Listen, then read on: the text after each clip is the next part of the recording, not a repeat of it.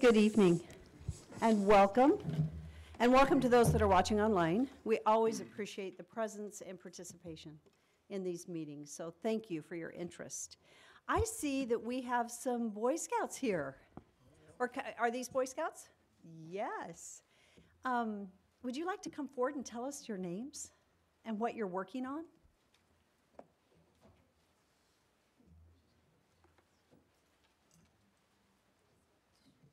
Just right there.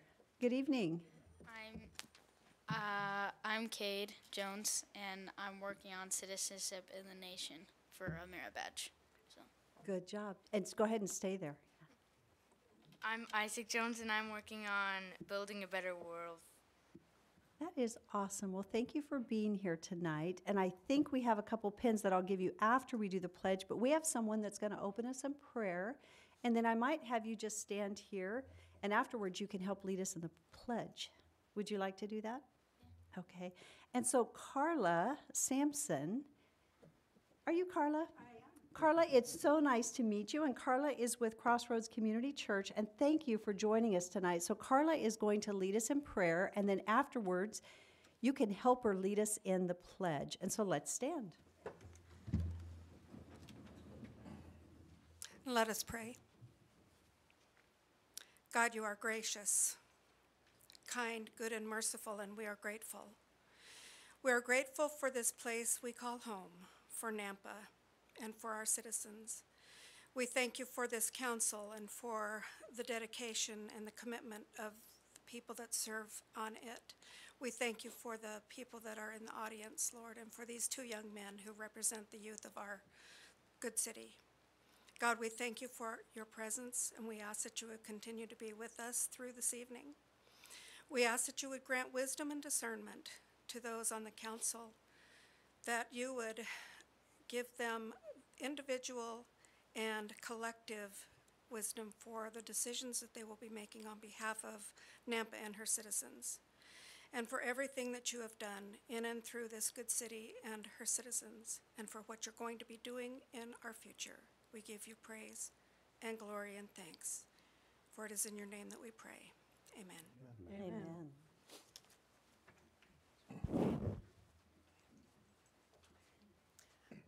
I pledge allegiance to the flag of the United States of America and to the republic for which it stands, one nation under God, indivisible, with liberty and justice for all. Thank you. And I have some pins, but oh, Amy's got them. Thank you. Mayor, what was their names again? Is it Jason and Isaac? Is that your names? Thank you. Gabe? Kate. Okay. And are you guys twins or? Oh, I'm sorry. That'll be my last offense.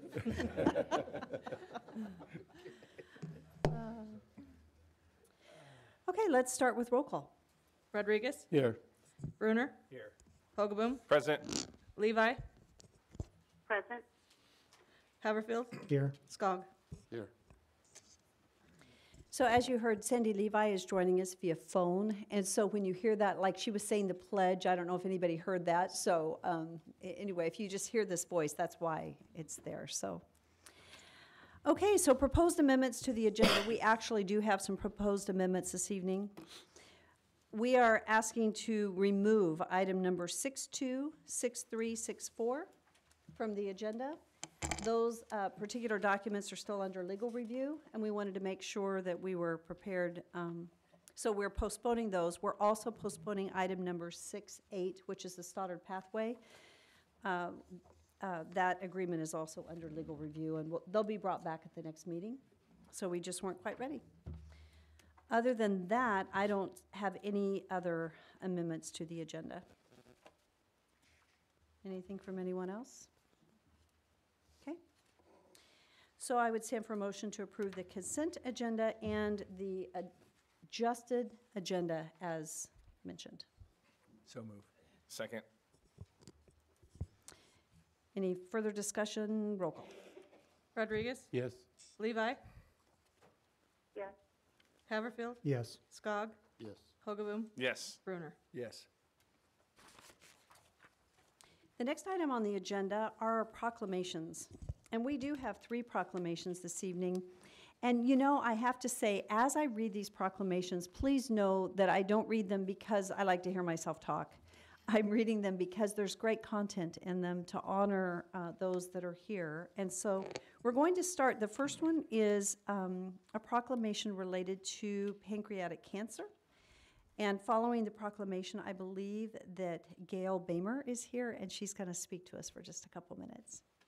So this proclamation is, whereas it is estimated that in 2018, 53,670 people will be diagnosed with pancreatic cancer in the United States, 43,090 will die from the disease, and it is the 3rd leading cause of cancer death in the United States. And when symptoms of pancreatic cancer present themselves, it is usually too late for an optimistic prognosis, and 71% of the pancreatic cancer patients die within the first year of their diagnosis, while 95% of the pancreatic cancer patients die within the first 5 years. And an estimated 240 people in Idaho will die this year from pancreatic cancer. And there is no cure, and there have been no significant improvements in the survival rates in the last 40 years. And whereas the IAMI 49 Foundation, honoring the legacy of Caldwell police officer James Chad Register, is committed to supporting those patients battling pancreatic cancer in Idaho and nationwide, as well as those who have lost their lives to this disease and are committed to nothing less than a cure. And whereas the good health and well-being of the residents of Nampa are enhanced by a direct result of the increased awareness and research into early detection, causes, and effective treatment. So I, Debbie Kling, Mayor of the City of Nampa, do hereby proclaim this month, Pancreatic Cancer Awareness Month. And here to speak to us is Gail. Gail, would you like to come forward and share for a couple of minutes? My understanding is that you were diagnosed with stage 4 pancreatic cancer in November of 2017. So you are beyond a year, or right at that year now. So I've beaten the statistics already. Wow. So hopefully we can continue on that. Thank you for having me here tonight, Mayor Kling and City Council members. Tonight I want to talk to you about pancreatic cancer and why you should care about it.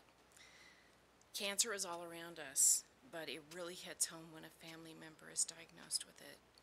I got my pancreatic cancer diagnosis 1 year ago, but I could have gotten it 2.5 years ago had I advocated for myself.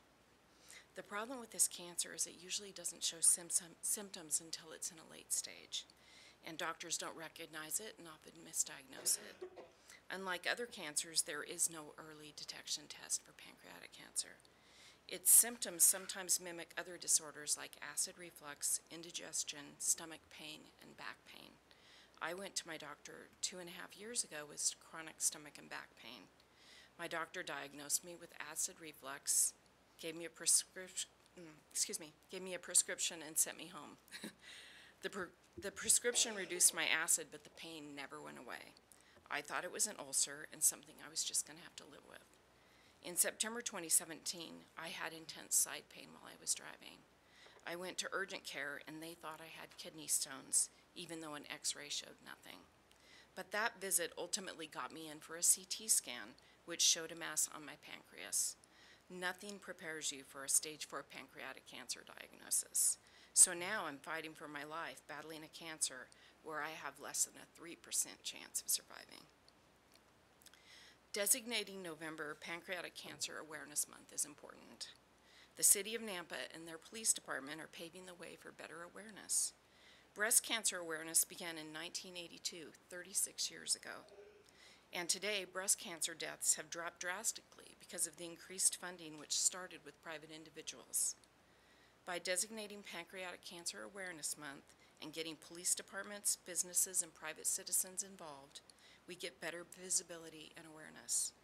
That translates into more funding for research, resulting in early detection tests, better treatments, and ultimately a cure. Today, pancreatic cancer is the 3rd leading cause of cancer deaths, closely behind colon cancer. In 2020, pancreatic cancer will move to 2nd place, following lung cancer, which is highly preventable. Even with these statistics, pancreatic cancer receives less than 5% of cancer research funding. That's why awareness is important. Money from private donations is what will drive research for better treatments and hopefully a cure. Thank you, Mayor Kling and council members, for inviting me tonight. Your efforts to increase awareness will save lives. Thank you. Gail, thank you. I have a proclamation for you. And Amy, would you like to take a picture of Erin? And Erin, this is Erin's mom. And Erin is at every council meeting and covers our council meetings for the Idaho Press Tribune. So it's so nice to meet your mom. So why don't we do a picture? Okay. The two of you can be holding this proclamation. Amy can grab it, so there you go. Yeah. Yes, good job.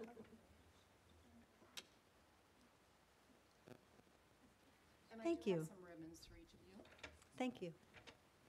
I have extras that I will set in the back so you can safely, well, wear them for the rest of the month. And Thank you. save them for next year. Thank you for your fight. I appreciate learning more about this. This is important.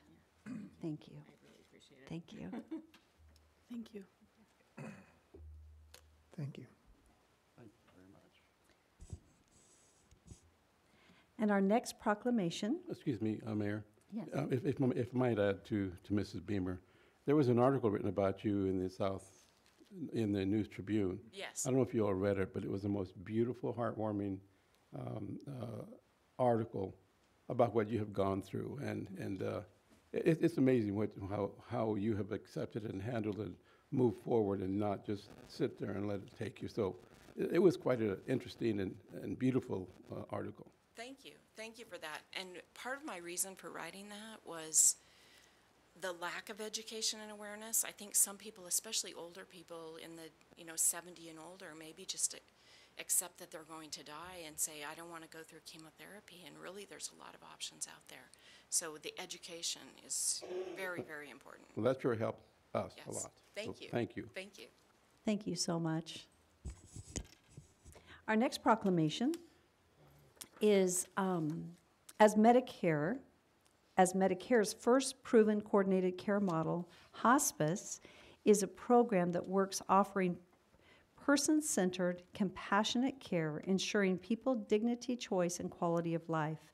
The hospice model involves an interdisciplinary, team-oriented approach to treatment, including expert medical care, quality symptom control, and comprehensive pain management as a foundation of care. Beyond providing physical treatment, hospice attends to the patient's emotional, spiritual, and family needs and provides family services like respite care and bereavement counseling. In an increasingly fragmented and broken healthcare system, hospice is one of the few sectors that demonstrates how healthcare can and should work at its best for its patient. A growing body of peer-reviewed research indicates timely access to hospice and palliative care can decrease hospitalizations and emergency room visits and increase quality of life for patients and family caregivers. Every year, more than 1.5 million Americans living with life-limiting illness and their families receive care from the nation's hospice programs in communities throughout the United States. Hospice and palliative care organizations are advocates and educators about advanced care planning that help individuals make decisions about the care they want. The Centers for Medicare and Medicaid Services have pledged to put patients first in all of its programs, including hospice, ensuring a coordinated and patient-led approach to care, protecting patient choice, and access to individualized services based on a patient's unique care needs and wishes. I, Debbie Kling, Mayor of the City of Nampa, do hereby proclaim the month of November 2018 to be National Hospice and Palliative Care Month. And here to speak to us this evening for just a moment is Honey Goodman with Treasure Valley Hospice. Thank you, Honey. I always feel funny saying that. Get used to it by now. I know. Thank you, Mayor Kling and the rest of the City Council for having me today. I didn't mean to follow directly after you, but I was very touched by everything that you had to say. So I'm a local business owner. Treasure Valley Hospice is a local business. My love for this city is as great as all of you here. This is my home. This is where I've been raised my entire life, and it's really my honor and my privilege to be able to serve the community in the field of hospice. This month, I've been really focusing a lot, our company as a whole, in re-educating folks on what hospice truly is, because hospice over the last number of years, people have a lot of misunderstandings of what it is that we do. And so many people, when they think of hospice, they think of these angels that come in the last couple of days of somebody's life and sit at their bedside. And there's an aspect of what we do that is exactly that. But so much of what we do is a medical model. And unfortunately, through medical schools and so many other things, physicians don't get enough training in end-of-life care. And what ends out happening so oftentimes is when physicians are talking to individuals that are facing life-limiting illnesses, one of the things that they usually will say is, there's nothing else that we can do for you, so we're going to go ahead and refer you to hospice. And there's nothing further from the truth, that hospice is a medical model. And as Mayor Kling, as you were reading, even the number of dollars that hospice saves the Medicare system, it's a lot, because what we do is we're really focusing on medical care inside the home instead of medical care inside emergency rooms and inside the hospitals. We've recently started a new program called the Impact Program, where I'm working directly with the hospital systems to help them to look at patients that are entering the hospital system with late-stage chronic illnesses that really shouldn't be taking up hospital beds for other patients, or sitting in the emergency room when their care can be better served in their home. Hospice is a great model where we love the entire family unit, and we're really the only entities in the medical field that is paid to serve and care for the entire family. So with that, I just want to say thank you. Thank you for having me, and thank you for allowing me to share a little bit about our company and the hard work that we're doing. For our photo, I have Joanne, our chaplain here, and one of our pet therapy dogs. And so I just want to say thank you for having us today. Annie, thank you so much. Thank you for what you do and for caring for our community. Thank you.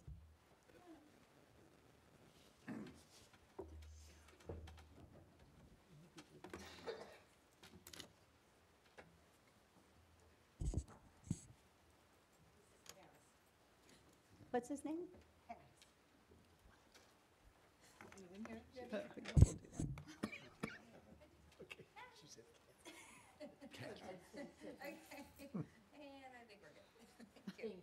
Thank you, everyone.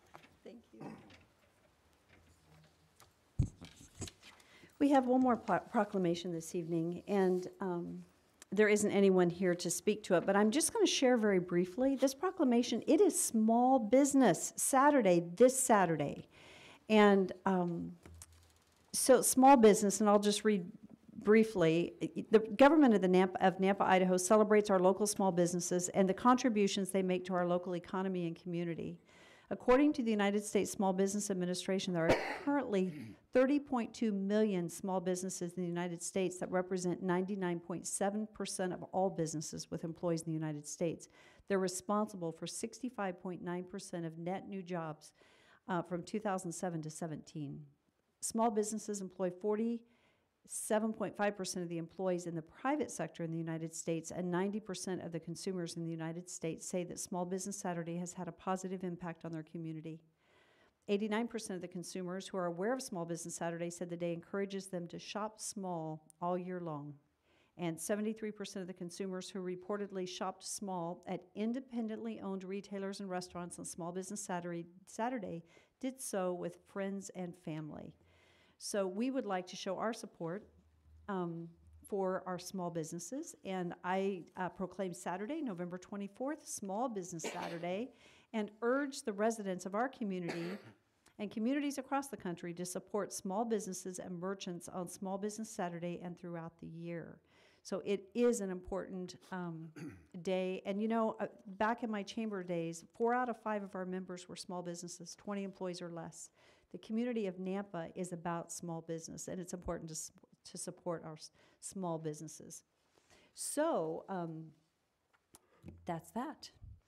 So the next item on our agenda is the opportunity for a resident that would like to speak on an agenda item or non-agenda item. Is there someone here this evening that would like to speak on an agenda item? Seeing none, is there someone that would like to speak on a non-agenda item? As you come forward, thank you for giving us your name and your address, and you have about 3 minutes, and we look forward to hearing what you have to say. Okay, I'm Jim Urbick. I live at 16406 North Red Oak Drive here in Nampa. And I want to talk about parking. Kind of lost where to start here. A couple years ago, before the snowstorm, or the summer before, there was a company called Red Oak Painting, LLC. They worked out of, out of the Brant's apartment. And they used to use the street as their parking lot. Their vans were parked there, trailers were parked there, more than just a couple hours or a couple days. They were there for months at a time, never moved. And eventually we had that big snowstorm, and the plows had to get around them somehow. Not just plow the center of the street, they couldn't plow the full width of the street because they were parked there. Handicap parking, there's a problem with that. I see people, well, plenty of people parking handicap. No handicap tags, no handicap placards. And I remember over at Costco, one woman was in such a hurry as I was leaving, she almost hit me. I was walking down the road, and she was in a hurry to get to one of the handicapped spots. Again, no handicap tags, or no handicap plates, no handicap placard. She just wanted to park close. Other parking problems, I see a lot of cars around here that are not registered on the streets. And I'm not talking about the recent problem the DMV had, not including anyone that might have fallen into that. I'm looking at 6 months and more of plates being expired on the streets.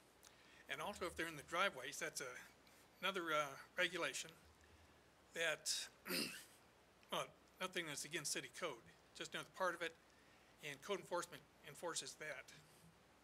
Now, Chief Hoff, a few meetings ago, he had mentioned that his officers go home at the end of the day tired from working overtime. No, not just the overtime, but the regular shifts.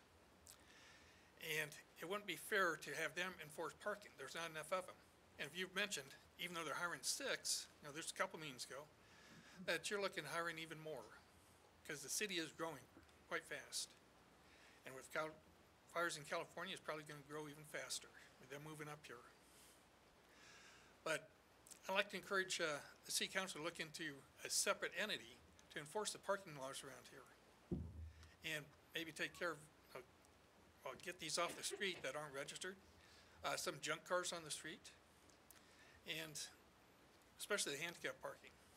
Because I know I've got 2 parents that were handicapped. They need the spots. They're not here in Nampa. But it's not fair for someone just to take a spot even though they're not authorized. And that's really about all I have to say. I hope the city council will take that into consideration Mayor Kling. and look at another entity. Jim, there is another entity out there. If you get a hold of the police department code enforcement, there's a volunteer organization that you can contact and they'll follow up. I just had the similar type of a situation in front of my office where a couple of trailers were left for about 3 to 4 weeks, and got a hold of Joe Huff. If he's here tonight, maybe not. There he is. He took my call even though he was in Kentucky, and he made the wheels of action roll. So there is an entity out there. So just go through code enforcement. There is a line you can call. Well, the problem with volunteers, I've dealt with them already. And I'll get a call back maybe a day later or hours later. But if it's on the weekend and it's violation of handicap parking, the car's already gone. So there's not a whole lot they can do. Okay. All I'm saying is there is a line. You can contact the police department if you have a concern about the way that it's being run. Voice it to them, and they can get something in your favor. Well, not so much the way it's being run. It's just that, they're not there 24 hours a day to take care of this. Sometimes you just have to be patient. I'm sorry. Okay. That's fine. Thank you for your comments. I appreciate it. And I appreciate you coming because you had called our office and we encouraged you to come and share the concept. And so, you know what? It is something that we'll look at. We'll look at how can we best serve our citizens as it relates to parking. And parking can be challenging anywhere. And I know there are challenges here from time to time. So you had given us some information. I appreciate it. And we'll look into it and follow up and see what we can do. Yeah, I can't ask for any more. Just look at it. Yep. Okay. Thank you. Thank you. Was there anyone else that had intended to speak on an agenda or non-agenda item? Seeing none, we're going to move to mayor and council comments. Did anybody else want to say anything? I'm sorry if I moved too quickly. No, I'll just do a light comment, and this will be biased. But there is the mayor's tip-off basketball game tomorrow night, and it's the longest rivalry in the state of Idaho. It's Northwest Nazarene and C of I. And anyway, that's tomorrow, and the mayor will be there to say the prayer and do a ceremonial tip-off, and also present the mayor's trophy afterwards to NNU. So anyway, that's no bias. Like I said, $4. It's half price. $4 for adults, 18 and under. All the kids are free. So Johnson Sports Center, 7:07 tomorrow night. Okay. I look forward to being there. That's got to be fun.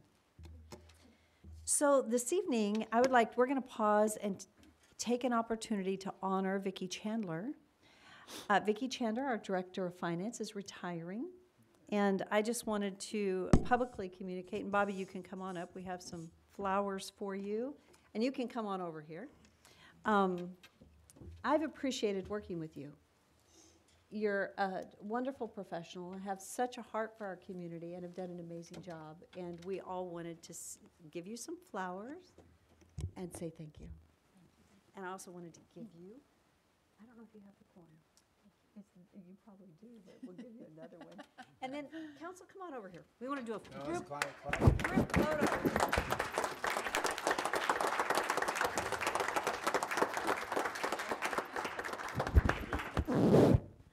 Yep, group photo. You gotta get in front here. Whoops, no problem. With your computers. All righty, let's scoot in here. Act like we love each other. Yeah. Okay, come on in. Gonna make it tight. Vicki, you're taller than I am still. There has to be a memory. Yes. Thank you, Vicki. Thank you. Thanks very much. Appreciate you very much. Thank you. Thank you. Thanks very much. Who's budget? Council. Oh, yeah, yes. Didn't know my strength. That's good, didn't it? It's the classic question, whose budget? Yes. So I have one other thing that, Bruce mentioned to me earlier, and I didn't get it done, and that was having a Thanksgiving proclamation. And I appreciated that, and I wish I had one, and I don't. But I do want to say, during the mayor's comments time, that I am so thankful for our community, for our nation, that we truly are one nation under God. I pray for this community on a regular basis, and I'm very thankful, too, for the people that are sitting here at this bench, for their service, and Sandy that's missing, that serve this community, and for our staff, and for our citizens. We have an amazing community, and I'm extremely thankful. As much as I grew up in Kansas and didn't want to come to Idaho, I am so thankful I get to live here. And so I think we have a lot to be thankful for. And council, do you have any other would you like to? Nope. Randy, are you thinking about it, or? No, I'm waiting for you to do the tip-off tomorrow. It's a ceremonial. Yeah, tip. ceremony. Okay. We have one more item that I'd like to talk about ever so briefly, and this has to do with our public hearings. We've had some discussion about whether or not we should move a public hearing item forward if the applicant is not present. And so I just wanted to let council know that I've actually visited with staff, and just a recommendation. So the thought is, and you can tell me if you agree, disagree on this, but the thought is that if it is a water hookup and the public hearing is a formality and they're asking to be annexed into the city so they can have water, I don't know that that's worthy of an applicant having to actually sit here waiting for a public hearing. I've asked Planning and Zoning and Norm to please reach out to our applicants prior to, and if there is a reason an applicant on any other public hearing is not present, then he'll know why, and he'll be able to give that, that reasoning why they're not present. But is that work for our council? Do you guys have any comments? Sounds good. Are you I good, guess Victor? I'm the stick in the mud. Okay. What's the thought? answer is- I think in the due process that we have give our community, it's important that of any other issues that may arise, I will always ask the individual to be here. But I'm going to I'll go a little bit with you. I'll determine that upon what we hear. And I know Councilman Sandy Levi also believes the same way I do. So I'm waiting to hear from you, Sandy. Thank you, Councilman Rodriguez. I can understand with a water hookup annexation if the applicant has totally requested that with no resistance. But when it comes to other sorts of public hearings, I too am in agreement with Councilman Rodriguez because of due process and eliminating any possible questions. I prefer that the applicant is there. Perfect. So in the future, we are reaching out to make sure if for some reason they're not here or cannot be here, we will notify the council and we'll have that communication, correct? From staff. So, Madam Mayor, that would be where then the agenda would change prior to, or are we waiting to see if they're going to actually be in attendance or not? Why I'm asking that is we have people that come to testify, pro or con, and if the applicant is not here, that's an inconvenience to those citizens also. So I guess, The public hearing would take place.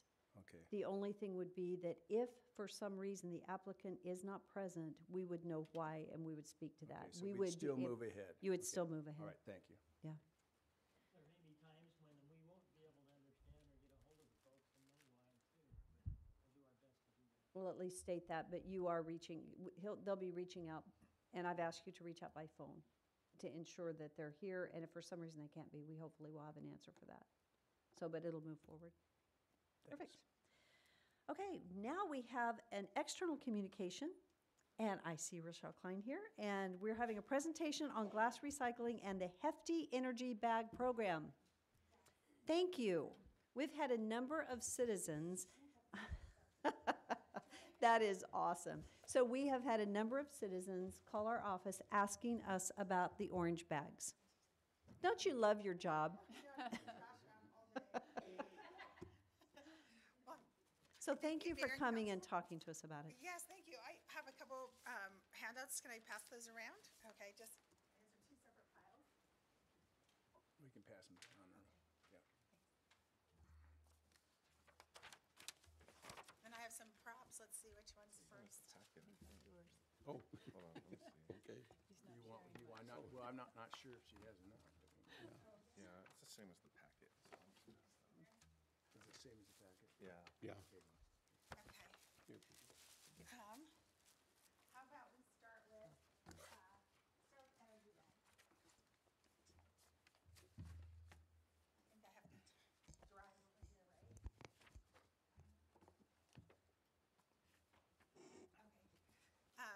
Thank you, Mayor and Council. I'm Rochelle Klein with Republic Services, 3015 East Comstock here in Nampa. And the first, I have three actual presentations for you tonight. The first is the energy bags, and I brought some samples here. This is a full one, and have you heard of what the energy bags are? Probably, they're kind of making their way across the valley. So, is there, sorry, will this stretch? Yeah, is there a clicker? I'm gonna leverage a clicker here. And some of these slides that I'm showing you are from Dow, or Reynolds. And this is a program, I can get started here. This is a program that started, it was born out of Boise's interest to capture more plastics, especially, oh, thank you, during the loss of some of the plastics that we have seen with the collapse of the Chinese market, which is where a lot of ours went. And so the timing was just serendipitous that Boise City had written a grant, and they were awarded a grant, and they got these orange hefty energy bags. And in the hierarchy of waste that, in my world, you start with reduction is the best at the top of the pyramid. And then if you can't reduce it, then you can reuse it or recycle it. And then below that is energy recovery, and then below that is landfilling. So landfilling is kind of your last resort. So this is for energy recovery, and all these plastics we're going to talk about go to making diesel fuel. So anyway, this program, these are some slides from Dow that Treasurer Spilly and I met with them, with the representative from Dow, probably, has it been a couple months maybe now? A couple months ago now. And so this is their presentation, some of their slides. The idea is that we collect hard to recycle plastics in a bag like this, and hard to recycle plastics will come to a list of what those are. This is meant to augment your curbside recycling program and add on to what we can capture here in Nampa. The most common plastics are, I'll show you a couple. Well, I guess they're you can see up here like yogurt, the dairy family containers, yogurt, cottage cheese, sour cream, and then all these flexible plastics like bread bags and dry cleaning sleeves and styrofoam. And if you look at, this is mine just from home, and all just kinds of candy bar wrappers and all kinds of things that would otherwise be absolutely wasted can go in a bag just exactly like this orange one. And they come in kits that look like this, and they're sold at Albertsons. And if you look up here, it's, in addition to the rigid plastics, there are a lot of flexible plastics that can go in this bag. So the idea is customers get these bags, and they're on the consumer there on the kind of the lower right part of this circle. And then in our case, they would, in the case of Nampa, we can't use the same program that they use in Ada County, because everything here, all the recyclables here from your houses, they're all taken to Western Recycling right here in Nampa, and they're baled. And then they're shipped to the Western Recycling facility in Boise, and the bales are broken open and then sorted. And so the integrity of the bag is just thin enough that it can't take that baling and shipping and being broken open and then pushed across the floor. So what we would be able to do here, though, if you're interested, is at a drop site. So we're going to talk about glass, too. So it would be kind of a combination of drop sites available at the Public Services office here in town. And so anyway, once these bags are captured, in this case in a container at our office, we would take them to Western Recycling, which is kind of the MRF there in the picture. And from there, they're kicked out into a bunker and baled, and then sent down to Salt Lake City, where they are converted into a synthetic diesel fuel. So this is just the end of August. So September, we collected another 44 tons of flexible or wasteful plastics, which was really exciting. So we're seeing those numbers go up all the time in Ada County, and we're excited that Nampa's looking at it. Here is an example of, you buy the bags, there are 26 bags in a kit, which means one for, every 2 weeks you'd be able to drop a bag off, or however frequently you fill one. You could put shrink wrap in at Christmas. Our daughter just got engaged, and we're filling them up with packing peanuts like right and left from gifts that are coming. So all kinds of stuff that you wouldn't really otherwise think about. Again, you drop them off. Nampa residents could drop them off at a drop site, and then this is just kind of the pathway here. The questions, the program costs was something, of course, that we talked about. There are different ways for this program to what it can look like, and so here are just some numbers that we ran through. The drop site rent is just the container to sit on our property. It's a big 30-yard green recycling container that would be outside. We're off Kings and Comstock, for those of you who haven't been out to our site. And every time it would be hauled, it would only be hauled when it's full, and every time it's full and would need to be hauled to Boise, it would be $129. So assuming that it would be once a week, maybe more, but assuming once a week, it would be about $642.56 a month. And the question always is, okay, if we have the drop site there, how do customers get the bags? And so they can either buy them directly from Albertsons, or there are a couple different ways the city can get involved. So the only retail option right now is Albertsons. They have a contract with these guys to provide the bags. They're currently only in Ada County Albertsons, but we can make arrangements for them to be available out here. And some of the other models I put up here, so like the City of Eagle, they leveraged Boise City's pricing. They bought a whole bunch of kits in bulk, and then they made them available at cost to residents. And then Meridian, the city just bought a certain number of kits. They had some extra money, and they bought just 1,500 kits, and it was first come, first serve. Garden City bought a bunch of bags out of enterprise funds and made them available to anybody who wanted to opt in.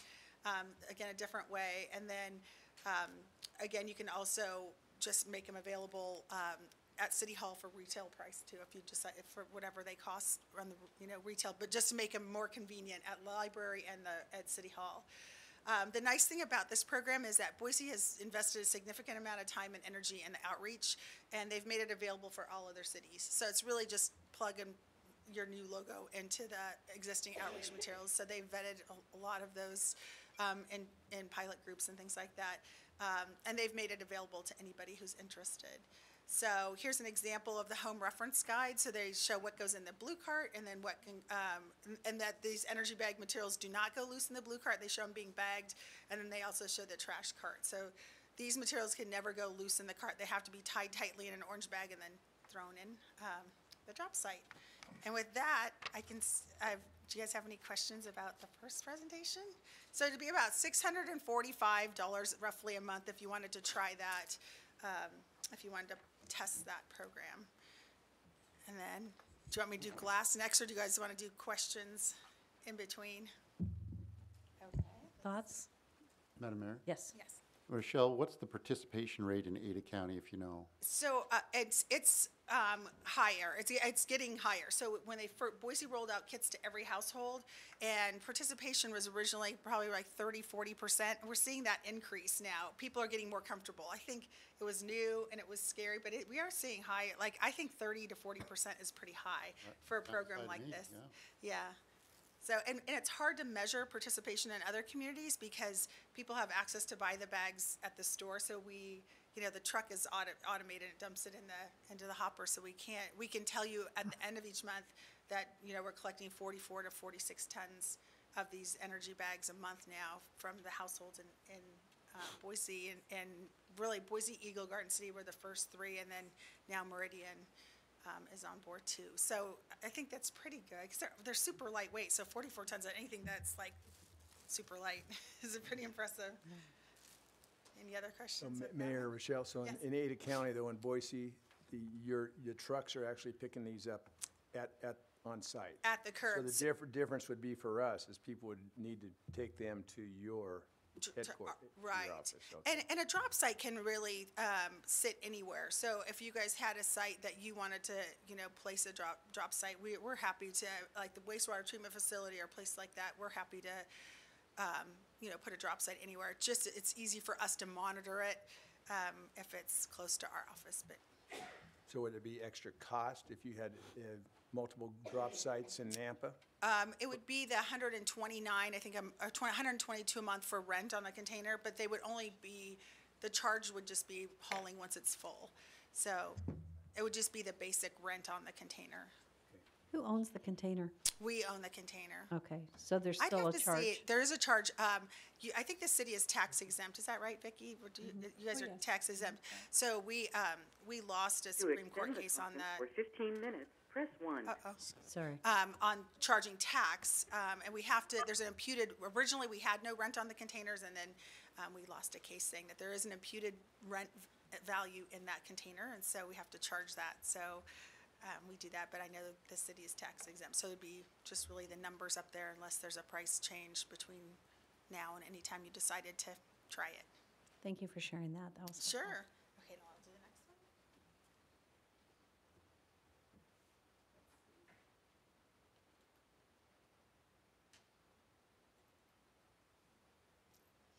This is an exciting one.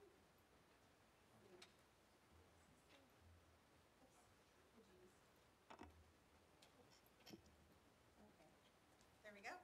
Okay, on to glass. So again, this is pretty exciting. We've been looking for a glass option for Nampa for years, and it's glass is heavy, and people feel really compelled to recycle it. It's for whatever reason, people are really passionate about it, and we have looked and looked.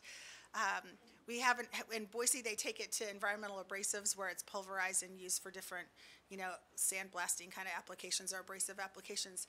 But they were maxed out, that business was, with Eagle and Boise's glass. So we were very fortunate to connect with Momentum Glass out of Salt Lake City. And so this is the first time we've had something to come back and offer you, so we're pretty excited. Again, we're happy to offer our site as a drop location, and every household who's interested in participating in the glass program, if you decide to go with it, is welcome to get one of those blue bins. I don't know if you remember the recycling blue bins, and we went to carts, we collected all those, and I saved them because I'm a little bit of a hoarder, and so we have them. I knew there'd be a time when we wanted them, so we give them to schools, and now we have them available for glass recycling. So the cost of this is a little bit different. It's $1,734.16 as an estimate per month. And that's, again, a big 30-yard container with weekly hauls. And that one's a little bit more complicated. We have to transload the glass into trucks that would be dispatched up here from Momentum Recycling out of Salt Lake City. And this means that we would be maintaining the site. And the reason I put this picture up there is this is Eagle's site, and this is Eagle almost every Monday morning. And so they have the public works director. He has some staffers that clean this up, but it's pretty impressive. This is what the glass looks like after a company like Momentum Recycling crushes it. So in this case, Momentum Glass is selling all of call it to Owens Corning, which is a fiberglass company down in the Salt Lake area. So they spin it into those pink fiberglass fibers for insulation.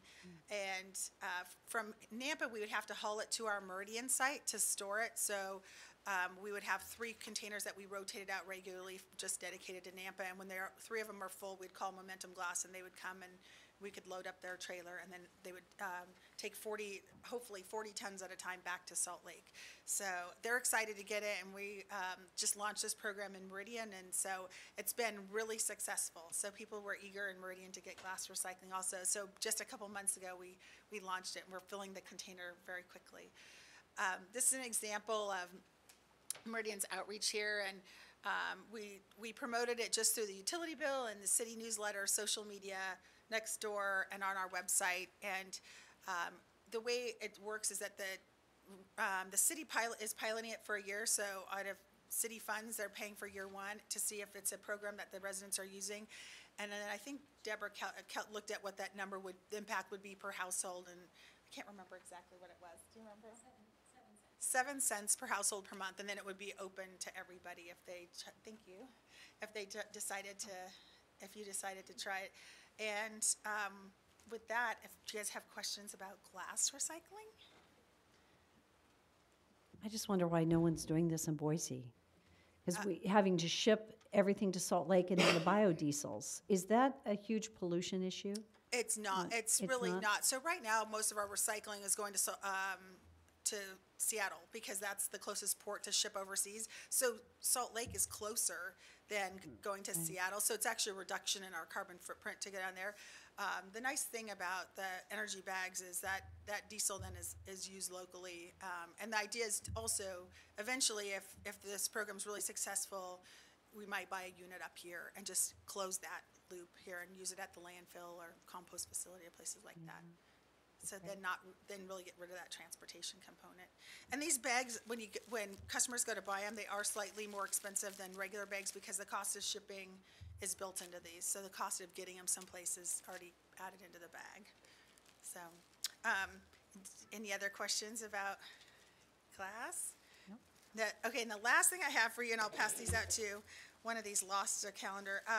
We are getting ready with all the changes. We've had lots of changes, and Deborah and I worked on updating the solid waste portion of your comprehensive plan, and we had all kinds of exciting things that we found out had changed with the city, and so we incorporated some of those things in new outreach that every household will be getting before the end of the year. So that's a new brochure, a new 2019 calendar, and then a new acceptable materials recycling graphic.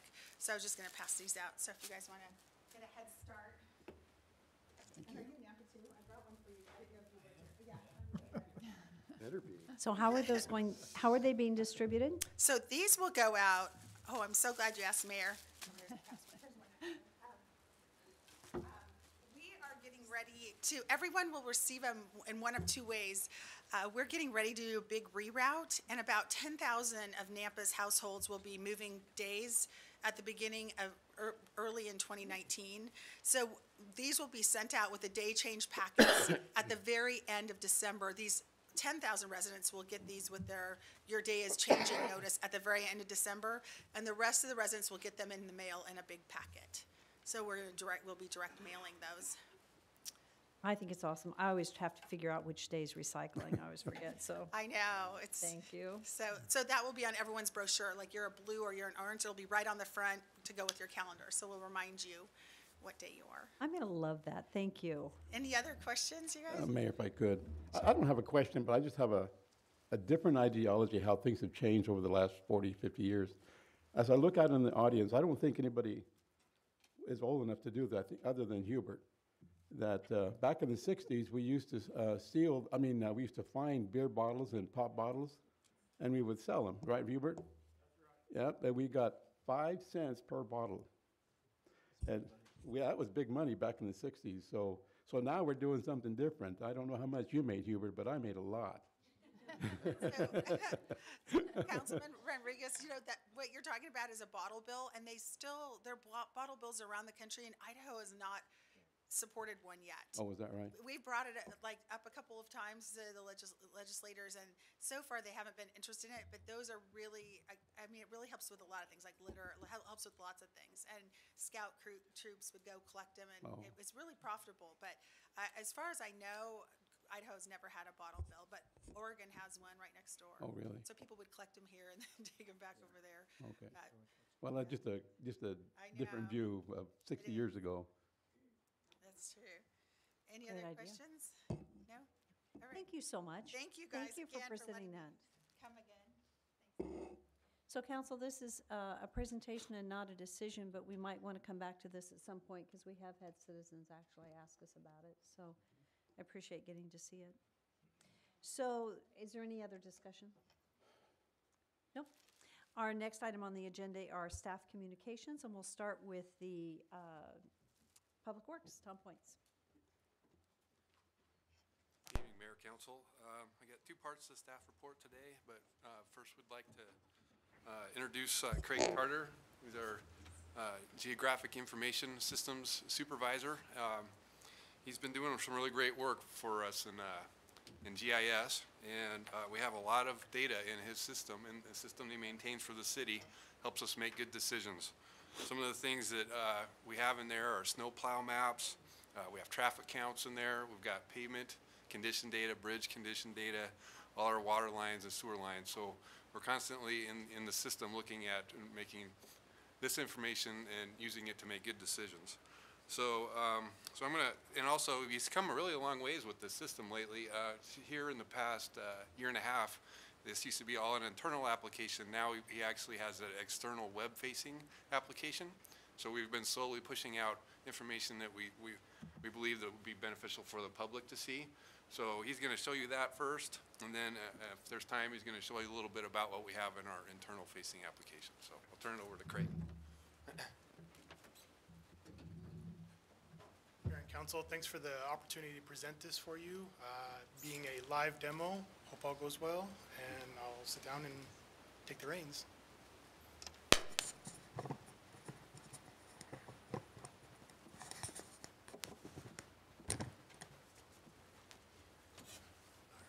So all of our content is available, that's publicly available, is on the city's website. From the homepage, if you hover over our community and click on the city maps, it takes you right to our mapping page. If you scroll down to the bottom, we have a map gallery that lists everything that's publicly available. We have your basic city map that shows all the streets, you have floodplain, zoning, and everything in between. A couple of the apps that I want to show you real quick were the Roadwork and Napa map. So this map is interactive. If you click on a line, it'll show you some information about some of the road work in that area. So in this one, it's showing a road closure. Nothing too fancy here. It does show the detour routes. It gives you the more detailed information. It has the right-of-way permit number associated with it. So if there's any inquiries on it, you have enough information to relay that back to engineering or the right-of-way permit technician to get more information about what's going on, maybe why they might be going over on their permit or their estimated time frame. We also do have event-type closures in here. So anything that's based off of a right-of-way permit that's of large magnitude will be on here, like the closure for the Christmas tree in downtown. One of the other maps I was going to show is our snowplow activity map. Hopefully we don't need this one too much this year, but it's there if we need it. This one is updated depending on the magnitude of response in the storm. We'll go through and update our live GPS data and clean it up to make it presentable for the public. And we color code the map based on how long ago a road has been plowed. Again, this is an interactive map, so you can zoom in on your property or a route you're taking, and obviously we haven't plowed anything recently. But you can click on and get more information about how long ago it's been plowed. If you click through the tabs at the top, you'll actually get more information on our snow plan and the priority level, so you can, if you've ever called and talked to our street department, you'll get a response based off of the type of functional class the street is, based on the type of response that they're going to provide. So your priority 1 streets get more of a quicker response than your priority 2 and your local subdivisions. We also share information on owner manager, link to the snow plan itself, and the interactive map also includes the location for hydrants and catch basins. So if we need some public assistance in clearing those, that information is there as well.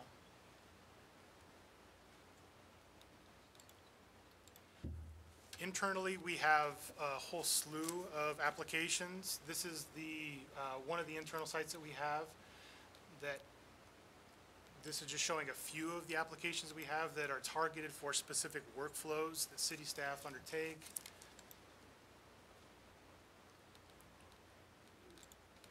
Our Public Works one is one of the more robust. It has tons of data. For instance, our sewer system is on here.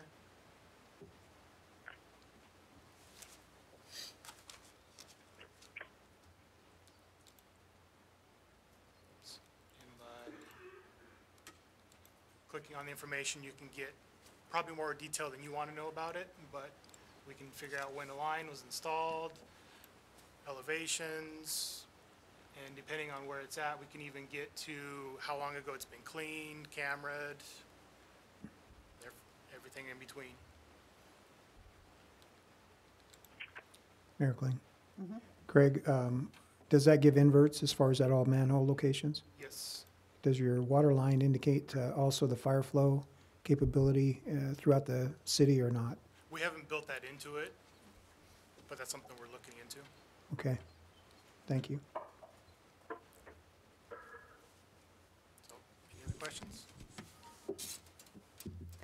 That is amazing. I tell you what, I love technology, and this takes us to that next level of being able to really see where we are on a number of things. And thank you so much for showing the snowplow plan. So if our citizens know that they can go online, they can get a report on what roads have been plowed, and the emergency plan is in place, and hopefully we get a lot of snow in the mountains and not a lot down here. But there's a good plan in place, and you guys have done a good job. Thank you for sharing that. Yeah, Appreciate it. Thank you. You may have to grab your microphone.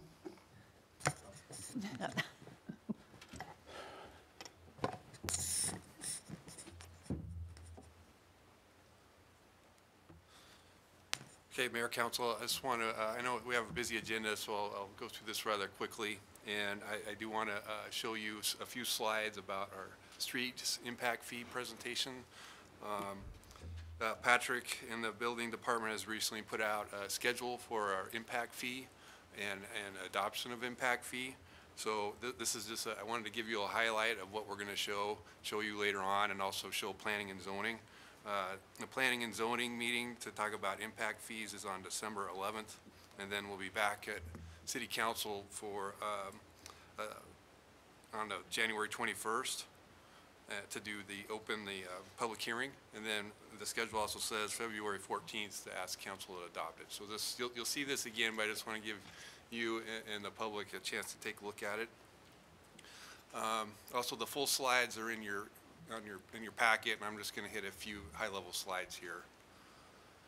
So we've done a lot of work on transportation, and we've asked the citizens when Mayor took office, she asked what's the highest needs in the city, and streets was the #1 need that we heard. We recently asked some more detailed questions about would you be willing to fund a transportation funding increase, and roughly 81% said they would. And then we asked again, well, how would you like the increases to come? And overwhelming on impact fees. The next one was a registration fee, and then followed by that was property tax. Mayor, if I may just question, on the last one, we don't support raising taxes. I'm seeing that's only 23%. So how was that question asked? I'm just curious. Do you know offhand, Tom? These are the exact questions here that we put in. Don't support raising taxes, and there was only 22%, so we have 78% that were in favor of raising taxes? Yeah. Is that what you would imply? That's correct, Councilman. Only to fund transportation. They just are saying we would pay a little bit more if we had good streets. Or Yeah, or only fees. streets. Or the fees, which some would say, other than property tax. Right, it's a combination of both. This is a both. Just Yes. wanted clarification, thanks. So just a reminder on the gap that we see today. We did our transportation master plan. We're looking at about 17.3 million per year fund congestion, and today we get about 3.5. And then most of that is actually grant funds. And then for payments, about 8.5 million a year is what we would need to get to a fair condition, and we have about 4 million per year today. Impact fees is one way to generate some funds for transportation, although it's important to recognize per Idaho code that impact fee cannot be used to fund an existing deficiency. So the piece in the middle of the road that's been widened has to be taken care of with other funds besides impact fees. This is a bar chart basically showing what we're proposing to do with the streets funds in the impact fee program. So I mentioned that there's some city funds that would come in. That's over a 10-year period. We're projecting at 26 million, and then that would allow us to bring in $40 million impact fee. And then these, we already have $11 million of grants, and then this 25 million is other grants that we believe we could get off the state highway if we had some increase of impact fees and city funds. So it's about $100 million, roughly over 10 years. So we have a plan. We've been working on a plan to fund transportation. It can be done in 12 to 15 years with items that the city council can control. And what we put together a plan that has a steady funding increase, or proposed to. One of the things that we put in our plan was a small allocation of the GO bond into the plan, about $500,000 out of that 2.7 current payment. The small incremental increases are 1% property tax per year out of the 3 that are available to council to use for living increases. And that would be over a 10-year period, and that's the actual worst case scenario. I'm going to describe here in a little bit how I think we can do better than that. What does that mean? What does 1% actually mean? That generates $350,000 of revenue for every 1%. And we did the math, and for the average household, that's about $10 per year increase on property tax. Like I was saying, the 1% every year is a worst case scenario that we could think of, and I believe we could do better than that. We had city council could reallocate more GO bonds in the 500,000, which would actually, there would be no property tax increase. The citizens would see with that option. We could be successful in getting a registration fee for the county, which would have some funds for us. Or all of these projects that we have in the impact fee program are basically feeder projects to future grants. So if we're able to successfully get a grant, that'd be less impact fee dollars and city funds that would be needed over that 10-year period. This graphic shows the $10 increases over time, and I drew a box around some scenarios. So if we were able to get a registration fee, say in these years, there'd be no need for these $10 increments. If the city council at the time decided they wanted to put more of the GO bond in, there wouldn't be a need for that increment. So there's options on the table to do better. This is the funding plan, the needs, and the revenue over time. So you see this is everything that city council can control, what I just talked about here today. So today's CIP is and the impact fee in the streets portion is about 28 million over 10 years. In our new plan, we're proposing 100 million over 10 years. That we are looking at increasing the fee, the single-family residential fee, impact fee that the builder is paid at the building permit by the builders is today at 379. We're looking at 2841. We also put in a cost escalation every year to try to so we didn't get too far behind over the years. So this is the plan. About 25% city funds can get a 75% additional funds through other sources that help take care of transportation. So is there any questions or comments on the plan? Mayor Kling, just a quick question. On your slide that indicated that the CIP for streets today is 28 million, how much of that is federal grants? It is probably, I'm estimating it's got to be about 75% of it. Just like what your projection is for the 100 million? Yeah. So our city participation then is 25% of the 28 million then? Right. Okay. Thank you. Mayor Kling. Tom, so you say here the single family proposed of 2,841. Is that what the impact committee came up with, or how did you come up with this number? Yeah, Councilor Rodriguez, that's right out of Ann Westcott's study and the numbers that they propose. This is for the streets portion only. So this does not include the fire and police. Okay, that's what I'm glad you clarified that. Focusing on streets today with the fire and the police. The fee will be more than that per household, but this is just the streets portion. Okay, thank you. Yes. Mayor, council, the CIP, has that gone up based on projections of how impact fees will shift as far as new development moving forward, as far as what they've been asked to do under the current sort of understanding, as opposed to moving forward where the money is collected and then funding the projects that you've established within the CIP? Mayor, Council Hager, if I understand, you're asking how do we project out where the projects would be? And so it was all based on our transportation master plan, which was a data analysis. We projected out growth and where it would go, and then we put those projects in the areas that would have the best congestion relief. And so that's how we came up with the 10-year plan. It's all based on the data for growth. Does that answer your question? Yeah, so meaning the projects for new development now are part of what's inflated the CIP is we're going to pay for that, but it's a funding mechanism, right? We're collecting the money to pay for it now, as opposed to developers doing part of those projects the way we have been doing it on their own, which wouldn't account sort of in the ledger, right? The collecting and then the appropriation. Yeah. So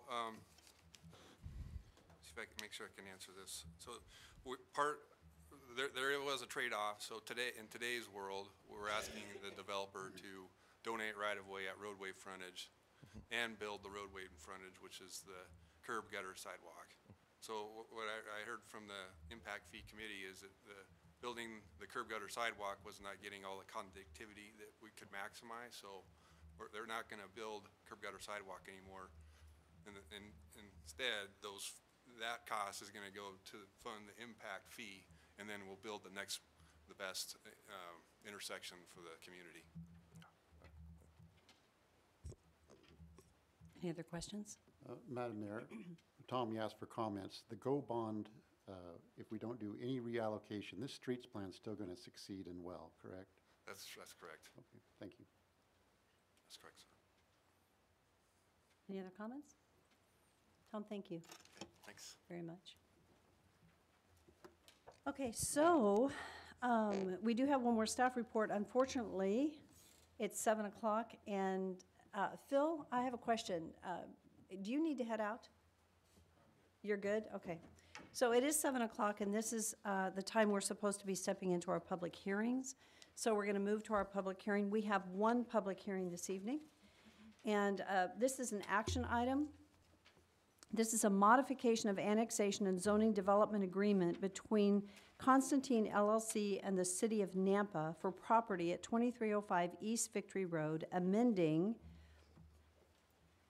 A, Condition 2 regarding dedication of a right-of-way, B, Condition 3 regarding fencing along the North Nampa lateral, C, Condition 4 subsections C, G, and K regarding building design standards, and D, incorporating an additional 1.5 acres into the development, and E, substituting a new preliminary plat design, which includes the original acreage and an additional acreage, which is a 4.07 acre portion of the east one half of the northwest quarter of the northwest quarter of the northeast quarter, section 26, T3N, R2W, B, and M.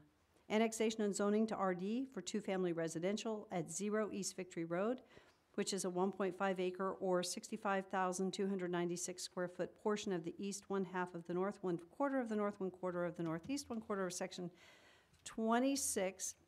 Am I repeating this, Debbie? Well, let's keep going. Section 26, T3N, R2W, B, and M for Riley Planning Services representing Getty Capital of Idaho, which is DAMO 025-18 ANN 103-18. That was long, excuse me. So, is the applicant present? Thank you. Thank you for coming forward and stating your name and your address. Mayor Kling, Yes. I just noticed that this is a parcel of ground that I've done some business with Mr. Bass on, so I will be recusing myself from this deliberation. Okay. Thank you, Randy. Madam Mayor, council members, for the record, Penelope Constantikis with Riley Planning Services, Post Office Box 405, Boise, Idaho 83701. I'm going to be real germane to the topics of discussion and not bother you with a bunch of extra stuff. So with regard to item number 1, the applicant has no issues with dedicating additional right-of-way with the plat on East Victory Road. Item B, I guess it is technically, we understand that any modifications to the standard fencing requirement along laterals will require additional action by the City of Nampa. At this point in time, we'll just do the standard chain link fence. To extend the conference for 15 minutes, press 1. Based on our P&Z hearing, my understanding is we can propose an alternative. If we do, it requires additional action by the City of Nampa. We do understand that we'll need to submit revised architectural materials as required to go along with the revised development agreement. The applicant does understand that the development agreement will encompass the additional 1.5 acres that is proposed to be annexed and zoned. And the final item, the applicant understands that the plat in the original approved development agreement will be replaced with the new Covey Run subdivision plat. And then I just have a couple of general comments. The new Covey Run will be less dense than the previously approved project, and is planned to be owner-occupied as opposed to apartments. I believe that's an improvement. The project team believes the new Covey Run will be an asset to the City of Nampa and counterbalance the apartment dwellings that are in the vicinity of this site. There will be a community building with this subdivision, and I believe that a pool is planned. So, and then finally, the development includes what we believe to be ample parking. So that means enough parking for the residents and some guest parking as well. With that, I'd be happy to answer any questions you have. Okay, I don't Mayor, see, please. excuse me, I think Sandy Levi has a question. Yes, Sandy? Thank you. Penelope, I was just reading under the history back in November 2006 that the staff report noted that there was some current concerns over the traffic impacts to Sugar, the buffering between the project and the house to the east, et cetera. Have those concerns been addressed? Madam Mayor, Councilwoman, a traffic impact study was submitted with the application, our specific application. And my understanding is there were no additional concerns regarding the traffic impacts. I think there's not going to be much. I'm basing that assumption on the fact that we didn't get any follow-up comments, revisions, or additional data requests from the engineering department. A follow-up, Mayor? Yes. So there were no additional concerns in addition to the concerns that had already been stated? Is that correct? Madam Mayor, Councilwoman, sort of. What I'm saying is we had a traffic impact study prepared for the new Covey Run, and it was submitted with the application materials. Just by default, I'm assuming that since we didn't get any follow-up comments requesting additional analysis or changes to our site layout, that staff was satisfied with the impacts as analyzed with the traffic impact study. Thank you. Are there any other questions? So in that it's a public hearing, you'll have the opportunity to come back and speak after our staff report. Yes, ma'am. Thank you. Thank you so much. I think Robert Hobbs is going to provide the staff report. And Robert, you might actually answer Sandy's question. I was just looking on here and I was seeing that Highway District 1 did not express any opposition, that ITD did not express any opposition. So I'll let you speak to that. Thank you, Mayor. too. And, Daniel Badger, the city engineer, has agreed to speak about that particular topic, actually, in conclusion. Mayor and Council, as you have noted in your staff report, at this juncture for this particular application package, there are actually two. I had a little note of three, but there are two different decision paths for you to take this evening. The first one envelops the idea of whether or not there should be a change to the development agreement or land use contract that is superimposed over a portion of the property involved in this application set. And then associated with that, in a sense, is an annexation and zoning assignment. And so as you've probably noted in your materials, the development agreement modification appertains to the rectangular, largely rectangular piece of ground I'm highlighting now with the pointer, whereas the annexation is for the triangular piece to the east and side of it. Staff has given you, of course, all the information that we had received of relevance for this item by the time the report was ready to go to print. Legal notification was sent out as appropriate, and we have not heard objecting testimony through any kind of written correspondence on the matter, and environmental study was not required. You have a representation of the site layout that's proposed by the applicant in your packet. For those in the audience, I'll put that up now on the screen, followed by the original concept plan. I'll try and stack them where you can see both.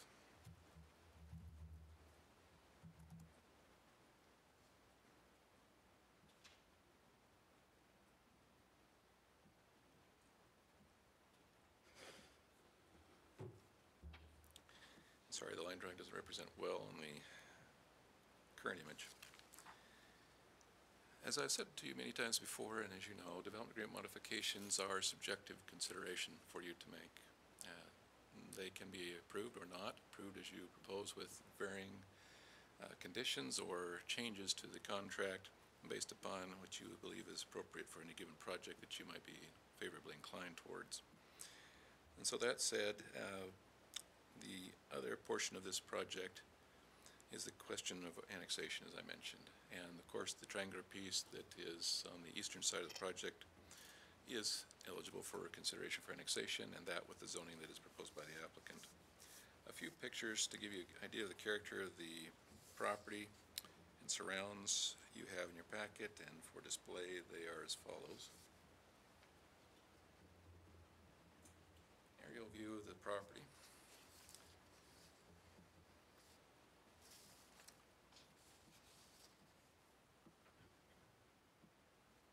From the western side of the property, but on Sugar Street, looking north towards the intersection of Sugar and now Victory, formerly Power Line.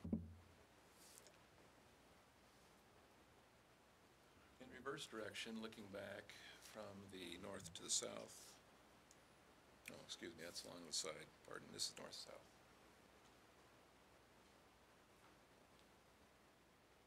And inboard to the property, looking east or easterly.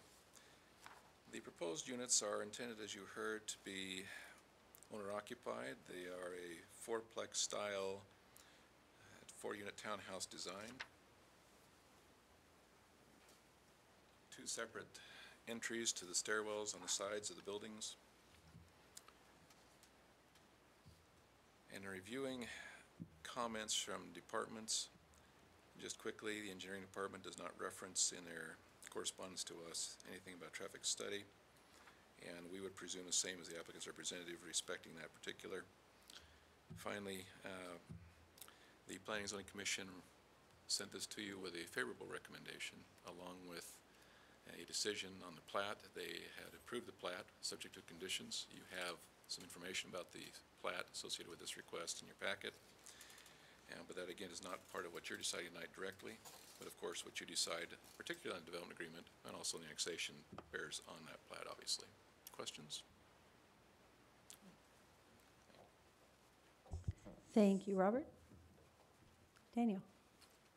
Madam Mayor, Councilman Levi, the engineering division did review the traffic impact study that was submitted. It was found to be compliant with our standards, and the study did not identify any necessary mitigations that would bear on the decision. Thank you, Daniel.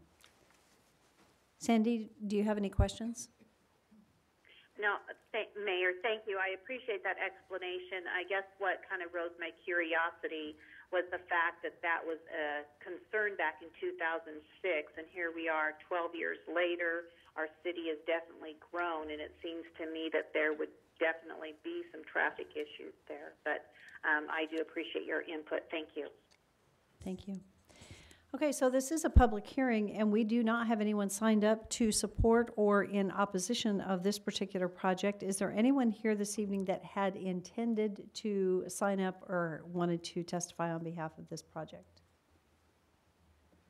Okay, seeing none, would the applicant, do you have any further comments that you would like to make?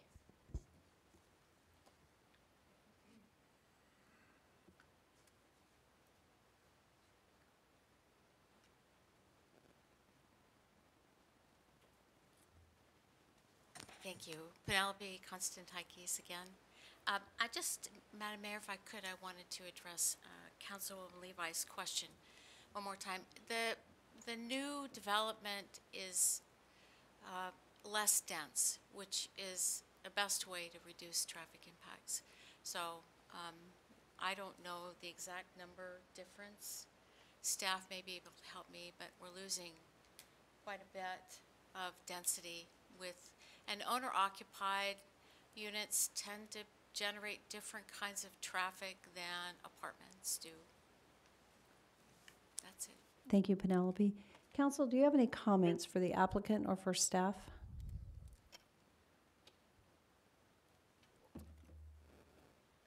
Okay. Seeing none, I would stand for a motion to close public hearing. So move. Second. All in favor? Aye. So what is the will of the council? Bruce. Madam Mayor, fellow council members, I move that we approve the modification of annexation and zoning development agreement as presented with all the alphabet and the annexation and zoning to RD. Second. Any discussion? Roll call. Rodriguez? Yes. Bruner? Yes. Levi? Yes. Hogaboom? Yes. Skog? Yes. Okay, so that is our only public hearing this evening. We'll move to the next staff communication. Chief Roberts.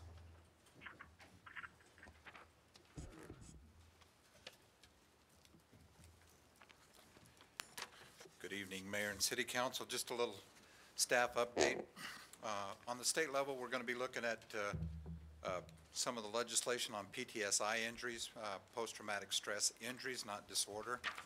And so I just wanted to make you aware that as news articles come out, that we are heavily involved in that communication and drawing up that legislation and supporting that. And that is to support it with workman's comp as to, and a lot of the issues with the legislation is trying to prevent the injuries and take care of them before they become a fatality.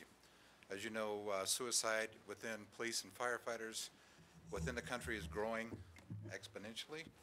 In fact, we had one in Idaho just last week. And so it's something that we're concerned about and we want to get ahead of. We think that we can reduce some of the costs by training and counseling prior to these members having difficulty in taking matters into their own hands. So that's at the state level. At the local level, it's finally here. December 3rd, we'll be putting our Squad 51 into place. And so it's been about 2 years in development to get that going. We promoted 8 people, 4 captains, 4 driver operators, and over the last 6 months or so, we have hired 5 people as replacements because of retirements. We're looking at another big year this coming year, and probably we have 6 other members that may be taking advantage of retirement. Unfortunately, we have one that's moving over to the police department. I hate to say that because Chief Huff, he gloats a little bit too much. And so, but it's a great move for that member. And in all kidding aside, we support our police department vigorously. So they're a good team, and it's fun to be able to chastise him as well. Hopefully by the end of the year, we'll be receiving the 2 engines that we have been waiting for, our 2 lease engines. And so we've been promised them by Christmas. I'm not very hopeful.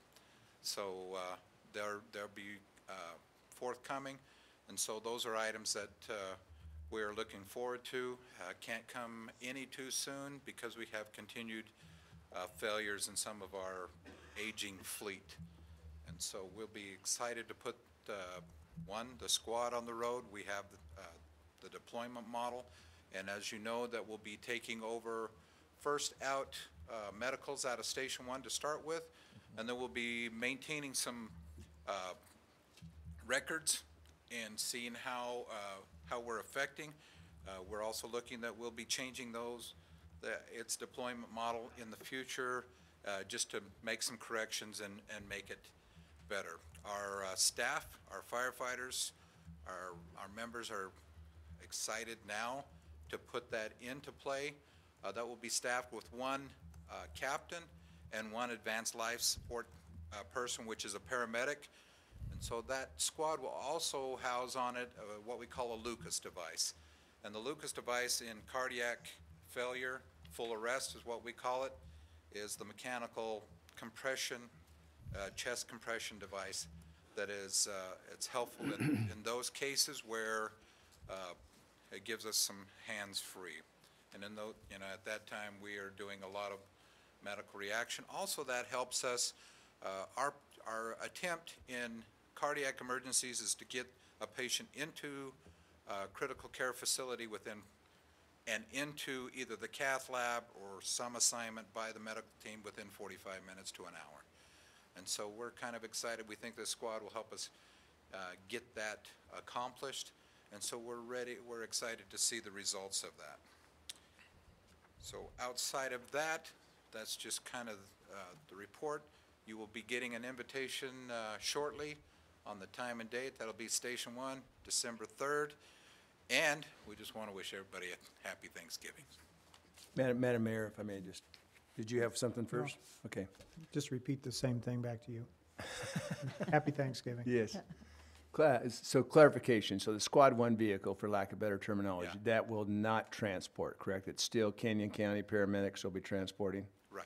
Okay. We don't carry that license. That is a Right, license that's my from the state. understanding, but I wanted to just commend you and to downsizing, using it, sounds like a wonderful unit, but we're not, at least in this one case, not taking out huge fire engines out on all these paramedic cases, so. No.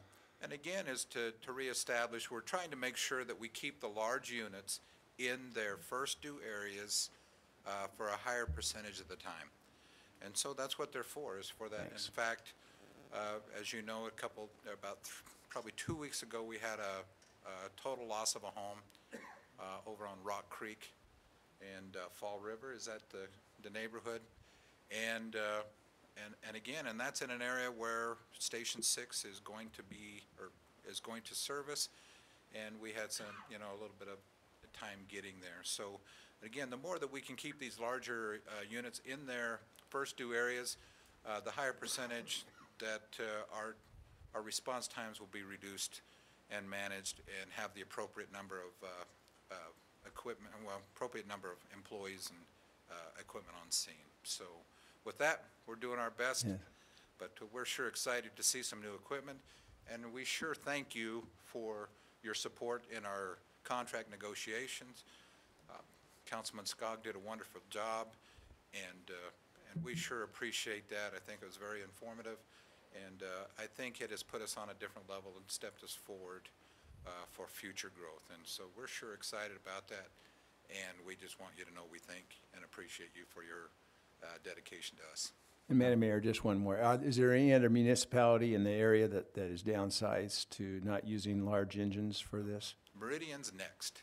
Meridian, but we will be the first? We will be the first. Way to go, thanks. And so we're excited for that because we like being number one. Mayor, Council, Phil, I got to spend most of the day with the LA Fire Department a couple of weeks ago, and they are using the squad units that you're using. The efficiency in the dispatch, it's not just cost efficient, it's quicker, more rapid, lives have been saved, and I'm glad to hear that we're first. We beat Meridian to it, so take that, Meridian. All right, so good job, Chief. Believe me, we like the globe. Do you have any word for Mayor? No word for Thank you very much. Thank you.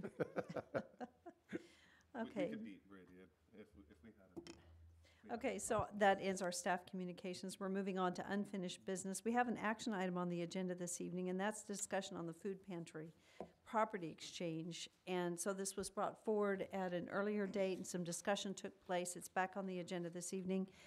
And so with this on the agenda, this is not a public hearing, but I'm not sure who's presenting tonight on this matter. Is there someone that had intended to speak? We do have our council packet and what was proposed. Looks like you're on, David. Thank you, Mayor. Council, David Bills, 3400 South Montego Way.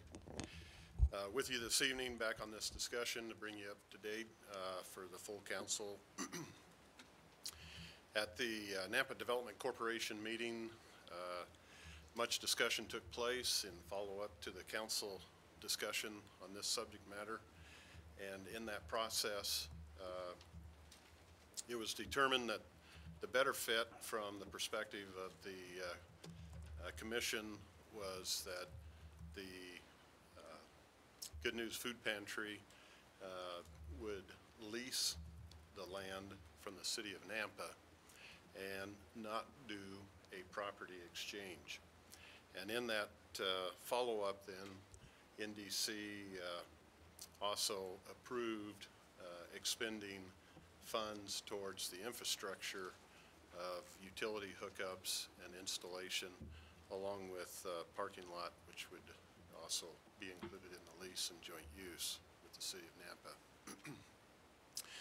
So therefore, what's before you this evening and what was in your packet then is really asking City Council to take action on leasing the ground to the food pantry and directing your staff and legal counsel to meet with the representatives to work out the details of the lease and then have that lease come back for approval before council.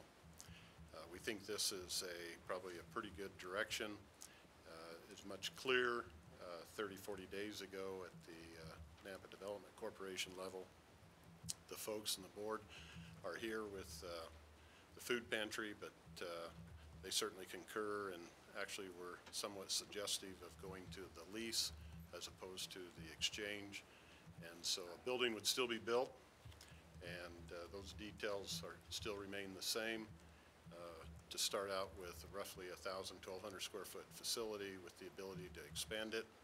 Again, the need is to meet the need of those who are in need of food on the north side of Nampa, and to continue to have an impact for the positive on that part of the community. Any questions regarding the concept of lease and what you're being asked to consider? Mayor? Yes, Sandy. Thank you. Question for legal. Is there anything legally prohibiting us as a council from entering into a lease of the city property to an individual or organization without it going to a vote of the people or at least a public hearing?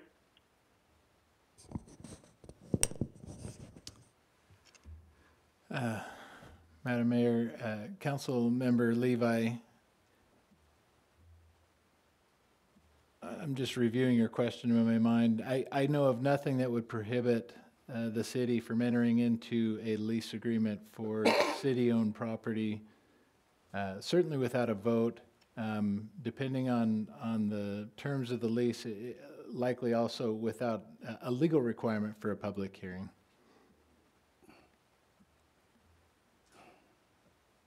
I'm sorry, I missed the last part about the public hearing. Would you please repeat that? Absolutely.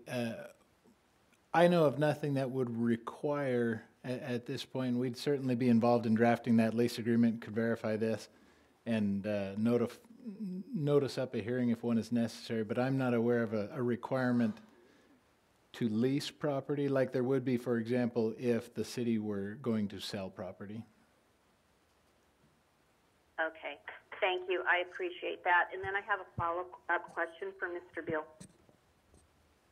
Okay. Okay, thank you.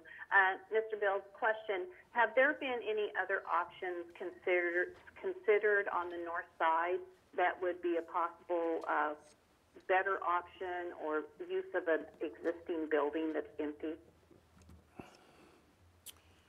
Well, again, as we presented this fall, both to the NDC Commission and to Council, that for the cost and for the serviceability and the amenities that serve the community, we felt it best at this particular location.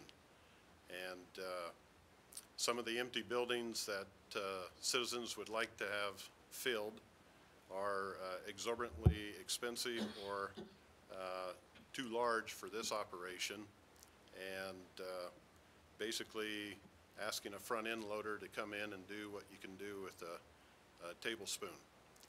And so we have stuck with believing that this is the right parcel and location, and we believe that the joint use of parking lots services the citizens utilizing the pool. We also believe that parking lot will be available for the basketball court across the street. So we see it as not only meeting the needs of distribution of food to the community that's in need, but also that it provides facility to other uses meeting the needs of the park site. And a lease agreement keeps the parkland within the scope of the city's park and allows the city to have involvement, but yet not a great deal of requirement and receiving a great deal of benefit. Are there any other questions? Thank you. I appreciate your answer. Are there any other questions from council at this time? Madam Mayor, yeah, I may. So I realize the infrastructure, as far as from the NDC standpoint, Mr. Bills, the original plan, as far as which would have been an extension onto Good News Church, is my understanding. Is that correct? The original plan was that they have in for permit, ready to pull a permit, is setting a building on their property. And if you're willing to disclose, was there an estimate of cost, what that would have been to do that if the original plan would have continued as planned? My projection on the cost was between 100 and 110,000 for the building. Okay, that's the infrastructure or whatever you would have had to put in, refrigeration, all that also? The building side, not fixtures, and the utility hookups is an undetermined because of tying into existing lines in an alleyway, et cetera. So those issues were yet to be determined. So this plan as proposed tonight came through, then as far as the infrastructure, NDC, but all other building structure and so on would be funded by private funding or? Correct. Okay. And do you have any, I mean, there again, since this is not proceeded, do you have plans what that cost would be to do that? I'm anticipating the cost is going to grow by roughly 30 to 35,000, simply from the standpoint of the building expanding in size. The parking lot and the infrastructure with the contribution from NDC is going to cover those costs. The land lease, no longer a purchase or donation, takes care of that. There's certainly some cost towards redoing drawings but long-term, even having to increase the cost, the long-term benefit, the benefit of the size of facility, the scope that is long-term, certainly now is the time to do that. Okay, then just one follow-up, then as far as down the line, if this was approved and then the expansion is done 3 times the size, which would be 3,600 square feet, then that would be totally the responsibility of continued private funding or something of that sort. Correct. Yeah, the improvements, again, is, for the facility, is coming from private funding. In fact, in all candor, the Good News Food Pantry's been asked to speak before the Lions Club tomorrow and do a presentation, and we anticipate further presentations in the community as going forward after tonight's hearing. There is a definite desire for groups to encourage donation and energy behind this particular project. Okay, see you tomorrow. Mayor, council, question. Are we still talking about the same footprint as the prior proposal? I think it was 0.43 acres. Does that sound about right? Correct. Still the same size of land. Okay. Still same location. It's just simply a lease, and so part of the details that get worked out is identifying by legal and future address of that parcel to be attached as an exhibit with the lease agreement. And so it will feel to the public, to the person that the food pantry is occupying the space, the city is in joint use of the parking lot, and it's almost seamless whether it was an actual land exchange or a long-term lease. Okay. And Matt, I'm sorry, Matt, do you have another one? I had a follow-up for legal, unless you want to question. Well, I was going to have Mr. Beals one more time. I know, Madam Mayor, in the NDC, there was as far as having a statement in there as far as if it ever changed hands, was never used for a food pantry, that then that would be returned. Are we talking about the full structure returned to the city of Nampa? Instead of it being an issue that was mentioned on the deed, it's now as a term of the lease. And so from the food pantry side, it's the city won't undermine the operation as landlord and won't sell the property out from underneath, obviously, because the binding lease is subject to the use of that. And at the same time, usage is built into the lease, and as any lease, so it gets covered through the lease. Through the lease agreement. Okay. Yes. Very good. Thanks. Yours. Mayor, council, yeah, my question for legal, kind of following up on that question, is a lease agreement, the stipulations, are they under the jurisdiction? Well, so NDC is removed from this proposal. Before it was a little more complex, so this would just be a straight lease with the city. There can be clauses under the direction of the council or the mayor administratively to put in the council that it would have to be used at a minimum of so many times a year, and if it were to fall under that, there would be like a clause to regain possession, break the lease. Who determines the stipulations of the lease? Madam Mayor, Councilman Hogaboam, that would be the council. Those terms will be worked out and brought back to you before it gets approved, and unless a term is illegal, any number of things could be included to ensure that it's being used well and to the fullest extent that I think everyone hopes. So, Are we allowed to attach MOUs to how excess food would be distributed within the community to other entities that distribute food in the case of possible excess instead of waste? I think I'm going to jump in. Envision yourself as the landlord and you're leasing to XYZ retail store. And as a landlord, you don't typically interject into how that operation takes place in detail.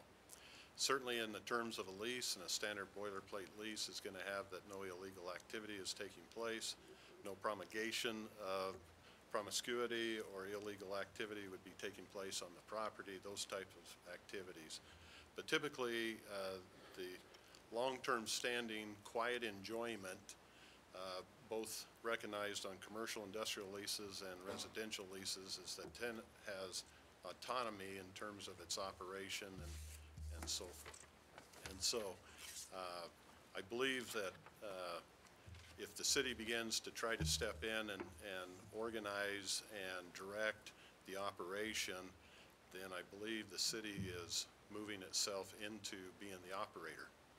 And I don't believe that's what I heard the last 60 days was the desire by members of NDC and members of council. So I would caution on that aspect.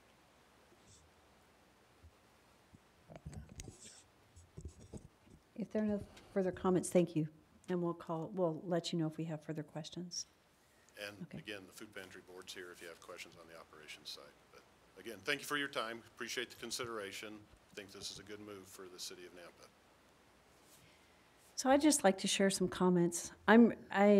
This is a difficult one because I'm looking at these people out here that I love, that I think the world of, and this is an amazing project, and you guys are doing incredible work in the city. The heart for North Nampa is important. The need is great. The hat that I wear is on behalf of the city and pondering what the right thing to do is on this. So I'm going to share my comments, and that is, I'm conflicted because of precedent. Once you set a precedent, as far as doing a land lease like this and giving land to a nonprofit, whoever that is, you're setting a precedent. So there's a little caution in me on that. But something that has come up since the last time that we've met and had this discussion is that the Idaho Food Bank is actually in a planning stage and a fundraising expansion phase right now. And I had a meeting with them about a week ago and then got a call again today for a meeting in the next week or two. And what they're doing is they're actually they're looking to identify additional distribution centers and hubs. And they've got a meeting, they had a presentation, I think it was last week or the week before, in Twin Falls to consider a distribution location. And when they do that, we would need to come to the table with funding if we wanted a distribution center in Nampa. But there would also be some fundraising that would come from the Idaho Food Bank. We have 10 different food pantries currently in our community, which is quite a few. And we're in the process of research with them. I'm curious what percentage of the food that comes out of the Idaho Food Bank is actually coming to Nampa. And something that I've been pondering is that we really need a food distribution location that services all of our food pantries, a place that we can receive food and store food and refrigerate food and then distribute to everyone. And if we were to have that opportunity, it probably needs to be larger than this property could actually accommodate. And So with the information that I've recently become aware of, I feel like the timing is really awkward.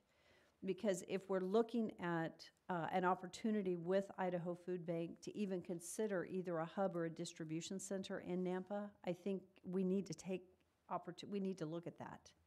I know that you guys are on a timeline and you're wanting to move forward, but I would, there's a caution in me because I know right now that we've got an opportunity to actually consider that. It's not going to happen overnight, but they actually would like a meeting with our community to talk about it. A community of 100,000, we definitely need a larger storage area.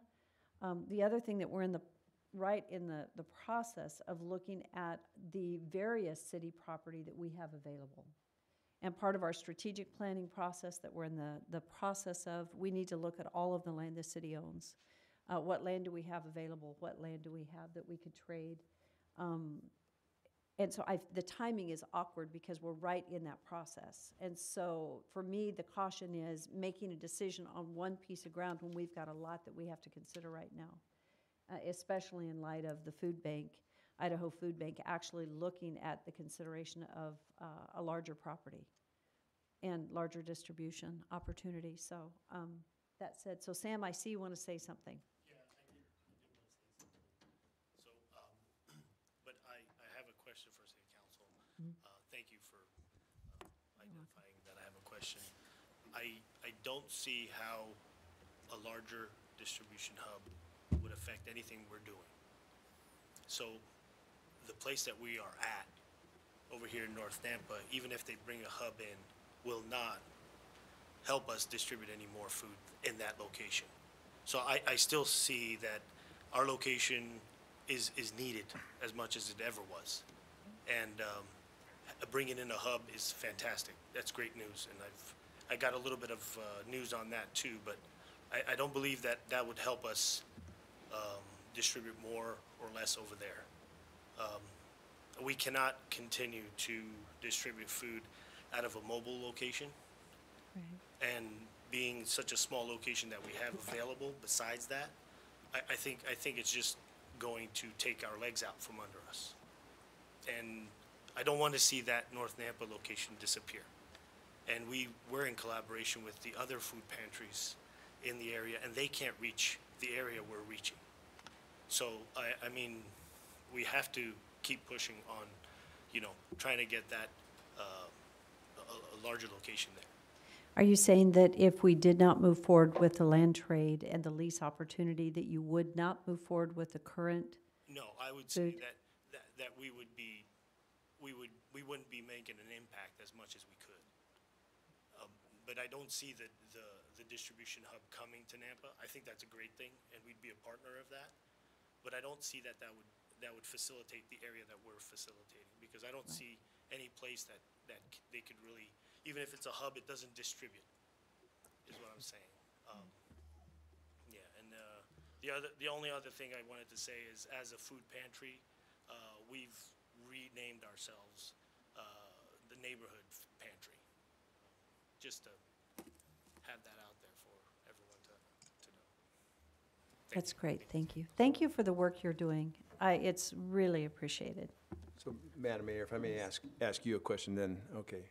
My question, and maybe this is premature, but as far as when you say a larger distribution center, has there been any discussion at that if this comes to fruition, at the distribution center, would there also be access for citizens of Nampa on the north side, if it's on the north side, to come and pick up food? Or do you know that? I believe there is. They're also looking at a commercial kitchen for teaching people how to cook and to use the foods that are provided. So it's a major plan, and it's not inexpensive, and it's going to take some real partnering in our community to do it. Yeah. So what I'm interested in is what the comprehensive, I realize this is premature, but what it all would entail. And if it not only distributes, but also, gives food on site, then I think that's something that needs to be considered. Okay. Mayor, I'd like to just add a clarification to what you've learned and what you've shared. And I'm relating to my experience with Albertsons, and so what the Idaho Food Bank is sharing with you is equivalent to a distribution center. And please think of what the food pantry is doing as your neighborhood grocery store. And so you have a distribution center that is feeding several outlets. And for the Idaho Food Bank to be considering Nampa says it's transportation-wise, it makes sense to get a distribution set over in Canyon County, similar to being down in Twin Falls County and in other places. And then out of those particular distributions, they are going to feed the smaller pantries that are referenced as being 12 in Nampa.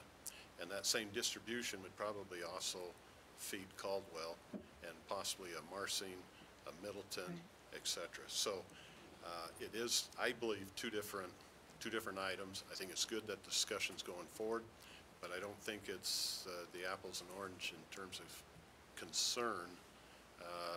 And I'm hopeful that Nampa continues that conversation from a distribution side. But you would see that type of facility much larger. You'd see it in a commercial or industrial zoning, and it would have a much larger parking lot to bring people in. It's semi-tractor parking lot. This is not in that light, so. Thank you. Yeah. Well, point well taken. Thank you. Well, it's just important for us to be talking on the same item. Yeah. So. Mayor Kling, Mr. Bill, don't sit down yet. So again, tell me, because I'm kind of confused here, how much is the city of Nampa going to have to front for the food pantry? Or an idea? As far as the city entity, you're fronting the fact that your legal counsel is going to spend a little bit of time on helping to draft a lease agreement. Your Parks Department is going to be involved in working out the details of the sprinkler system and the irrigation supply, because it's so integrated right now. And so we listed that as being one of the terms. From there, your Parks Department would be involved long-term on terms of getting to use the parking lot, and probably would have a joint use in terms of how the parking lot gets swept and maintained during those joint use periods. But in terms of expenditure, your building department's going to receive fees for a building permit. The same hookup fees are going to be paid with any building permit. So your engineering department will spend a little bit of time reviewing the extension of sewer and the tag-on of water, but that's no different than any other permit that comes to the city. So there is, and the lease is calling for remuneration. With every lease, there's a consideration, and while it's small, there's still remuneration coming back to the city. So I don't see where the city is having to worry about a budget issue. Well, I wrote down $110,000. You made a comment of 110. Was that from That's the NDC, right? No. Well, NDC has agreed to fund up to, I believe it was 100. 100,000. Okay. For infrastructure, and so those are capital expenditures, but that's not coming from the city of Nampa. And then the 110,000 was referencing the cost of building the facility, which would be built out of private donations. I see. Okay. Thank you for clarifying that. Yep. Okay, so what is the will of the council on this matter? I'd like some clarification from the chairman of the NDC about that 100,000 or 110,000 that's been mentioned. Darrell can chime in too if I'm inaccurate in what I'm saying, but this has been an ongoing conversation at the NDC level. There's been good dialogue back and forth, I think.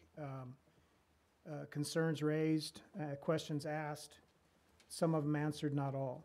And at the NDC level, the decision was made to forward to this body a recommendation from the NDC for the council's consideration. Part of that was if the council was to move forward with this, that there would be support on the part of the NDC only for infrastructure being utilities. That's not the intent nor the desire, at least mine, at the NDC level. to fund buildings, to fund something that's going to be considered, when we're talking about city paying for something, we're not talking about the city, we're talking about the taxpayers. And the NDC is the taxpayers just as much as those that support this body. So I'm not sure if I'm giving you the information you need, Bruce, but it was a decision made by the NDC to forward it to this level for further dialogue. That was my understanding.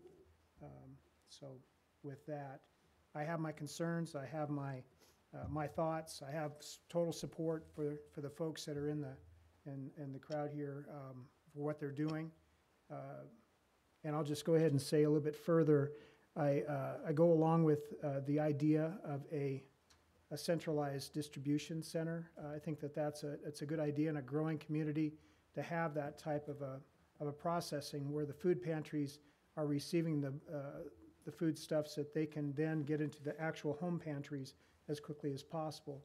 So having a larger pantries as opposed to looking at the potential for a matrix of 10 to 12 to 15 pantries that are served by a centralized food bank makes sense to me, but that's just my logic.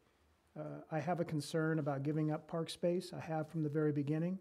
I have a concern about the liability of having this pantry next to an active swimming pool with kids.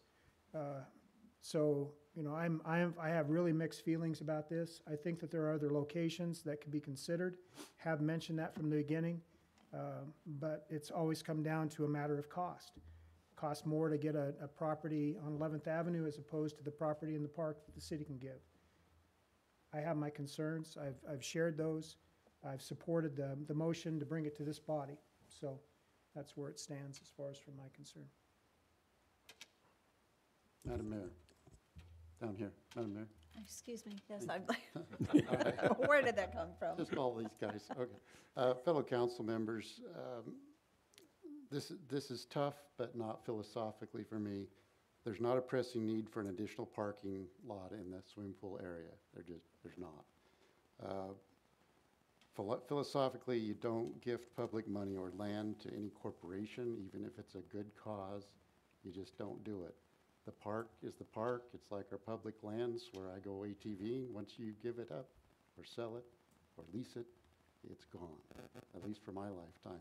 And I know it's not an important piece of the park as you look at the whole park, but it's still our park. We only get parks if people donate that land to us now. We're not buying park lands. We can't afford it. And if you give to this charity, where does it stop? Because this is a good charitable corporation or outfit, but there are some that I like more. And maybe I want to use a portion of Liberty Park for that outfit that I support. And there's some that are less deserving, but we'd all have a different opinion on that. So if we do this lease, then where does it stop? So that's my philosophy on the subject. Mayor Kling. Yes. Unless you want to go next, Rick. No, go ahead. Okay. I have actually thought about this, and I usually don't sleep over decisions or future decisions, or to make sure that I did the right thing. This one I have. I've done it a lot. I've been thinking about it a lot, and because my heart says yes, but I'll also agree with the other fellow councilman that this is not our property. This belongs to the taxpayers, and I feel bad for that because I think Mr. Bills and Sam and Dina did a great job putting this thing together. But when you ask the city to forward taxpayers' money, even though we as the council has included many increases in water and irrigation and wastewater, and then for them, we ask them to give money on a beautiful program of the food pantry. I have a difficult time with that, and I'm having a difficult time with that decision today. But I'm going to have to agree with my fellow councilman that I just don't think I can go with this right now. Mayor?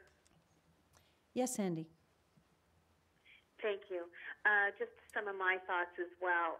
I I do appreciate the Good News Church and David Bill's heart and compassion for wanting to help our friends on the north side. They are as valuable as any of our other citizens in Nampa.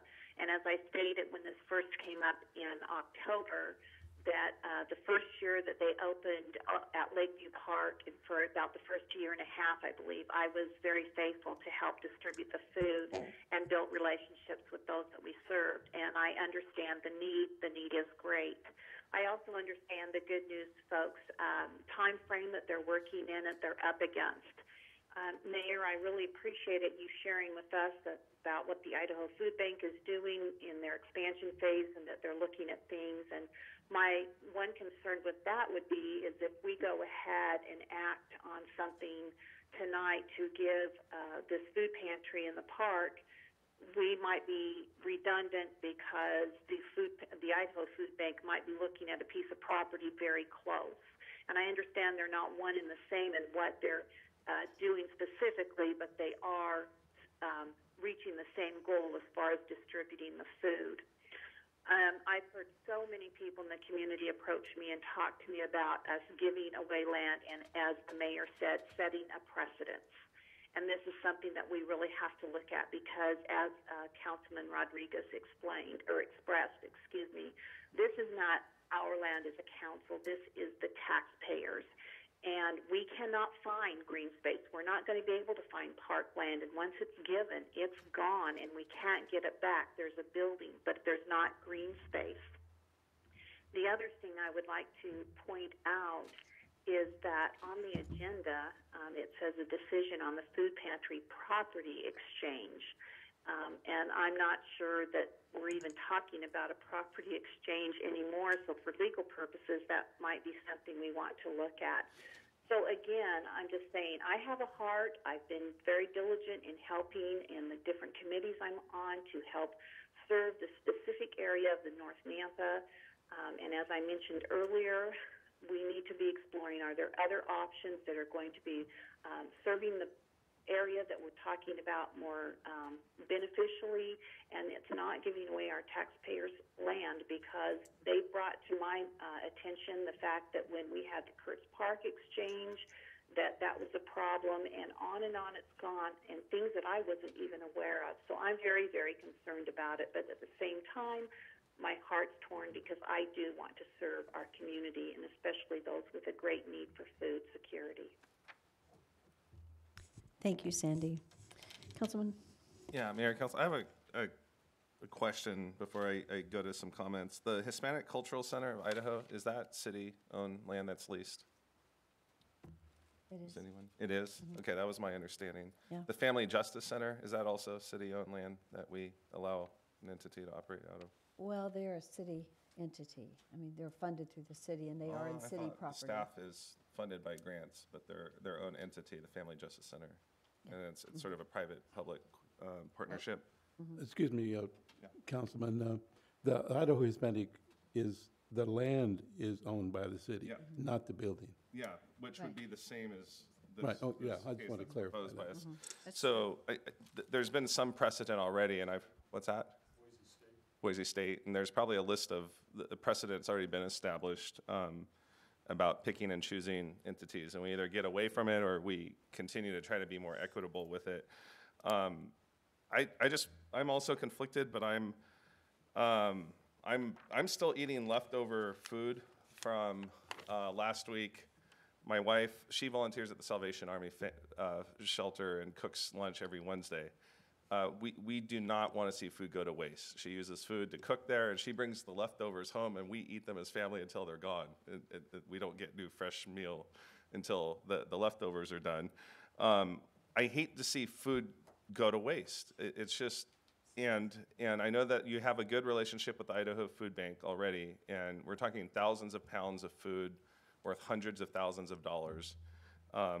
I'm also a conservative. I think we need to wean our dependency off of welfare, and we always talk about the need to wean dependency off of welfare and that we could do it better at the local level to facilitate this. And so I don't see this as certain nonprofit entity. I just see food, and food does not discriminate against the stomachs that it feeds. I also realize the big narrative, and I expressed my concerns last time about the last proposal about using NDC as a mechanism for this. However, I think it might have been justified, although it needed to be cleaned up, and I think this proposal is a much cleaner proposal than the last one. I do hear people talk about urban renewal. We can debate whether we should have it or not have it. I'm not a big fan of how it's been used. I think there's a lot of cynicism in the community, and part of the cynicism, again, do you try to make it more equitable or do you rein back? I think we should rein back urban renewal, but when you hear about the blight mechanism, that you hear about NDC on the economic development mechanism, but when there's thousands of pounds of food that's being thrown away, and you're talking about a small investment to realize food in the cupboards of a lot of families that aren't taking, and we heard testimony last time, there's some families that aren't taking food stamps, and I know there's a different way to describe it. I don't mean to be derogatory towards those who are on welfare, but there's some families, because of their pride, they don't take it. So they do lean and depend on food that comes via pantry. And again, being a conservative that says we can handle these needs at the local level, knowing that there's local food producers that have thousands of foods and grocers that have thousands of pounds of food going to waste, I see this as a way of saying we're trying to feed people and we can provide answers at the local level and not depend on the federal government or the state government to feed people. So I'm conflicted. I also know that there's some history here. I also feel some loyalty. I'm just going to be honest and candid to David in him working on this and refining it and tweaking it. And I feel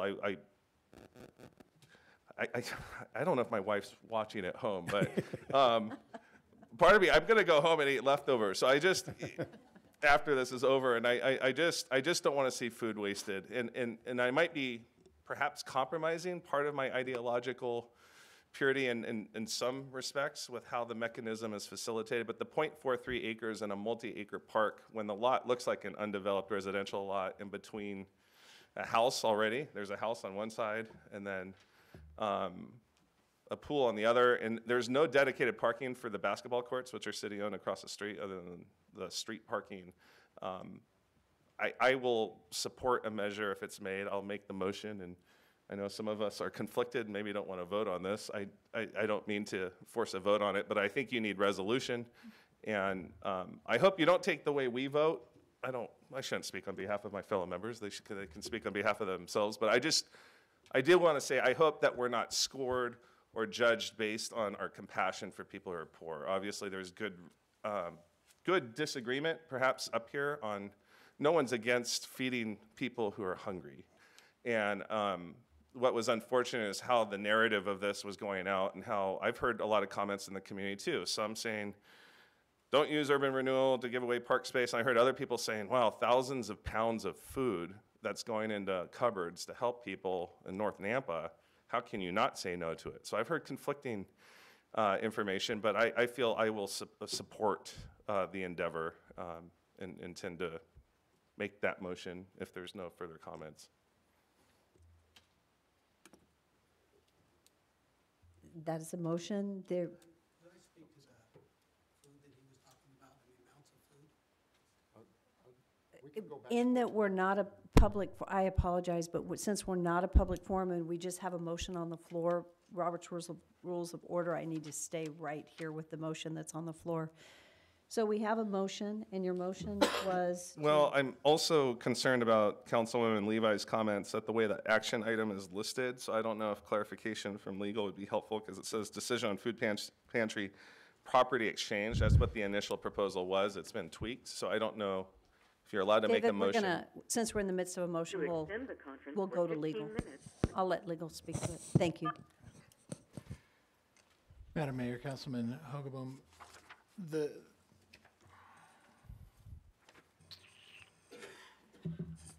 I think it's clear from the discussion here, although perhaps it could have been worded a little more clearly on the agenda. I think the question is not so much a final decision tonight. If the decision is to move forward with a lease of some sort, it's a signal to city staff to begin the process of preparing that lease and exploring what the terms look like. So I wouldn't believe that the manner in which it was agendized would prevent that from occurring, because it's going to come back to you for a final decision. If the answer is no, then it doesn't matter how it was agendized. Sure, So, okay. So- Very good. In that case, I will make a motion based on action item 4.1 to instruct the city to enter into terms for a lease agreement with the new name of the food pantry? Neighborhood Food Pantry. Madam Mayor, I'm going to second that. This is going to be a real strange second, though. I'm not even knowing if I'm going to vote for this at this point in time, but just for just a little further discussion. I hate to just delay. But from what you brought forth to us, Mayor, I'm just concerned about moving at this point in time until we know more about what's happening with this distribution center. I'm also aware that doesn't happen overnight, as you already stated. And so this is a need. It's a need that the precedent has already been set with the Hispanic Cultural Center. And so why I'm seconding and will probably vote yes on this is I would like to see a little further lease agreement on it. I don't think currently what I'm seeing in this lease agreement I would vote for, but I will vote for at least a motion to proceed with the lease agreement. So we have a motion and a second. Is there any further discussion? This is actually an all in favor, but I think we may need to do roll call so that we have an idea of where we are on this one. Rodriguez? No. Levi? No. Haverfield? No. Skog? No. Brunner? Yes. Hogaboom? Yes. Mayor Kling, if I can make a Yes. comment to the food pantry folks. My architectural firm would be more than happy to provide architectural drawings for any facility other than in this location. So if the food bank were to come forward, or if you were to, well, it sounds like you've already got plans developed for an expansion of your church, but if another location were to be found, whether it's a tenant improvement in the Hispanic Cultural Center or the old Paul's Market, anything along 11th Avenue, I'd be more than happy to provide those services to you. What can you say? Other than we appreciate you guys, thank you for your work, and continue to serve. Boy, the heart is to continue to serve, and the need is great, and I know that. So thank you. Mayor and council, thank you for your consideration. Unfortunately, I disagree with the decision that you made, but certainly we appreciate your time this evening and the opportunity to be before you and have it considered. Thanks, Stephen. Thank you. That concludes our unfinished business. We do have the pending ordinances that we do not review, but they're there for sake of notification. Moving on to new. Mayor, Yes. well, I'm going to step out for a break. Maybe that's too much information. Would it be okay to, we're 2+ hours in. Can we have Take a 5-minute break? 5-minute break? Yes. All right, thank you. Okay, 5-minute break? Thank you.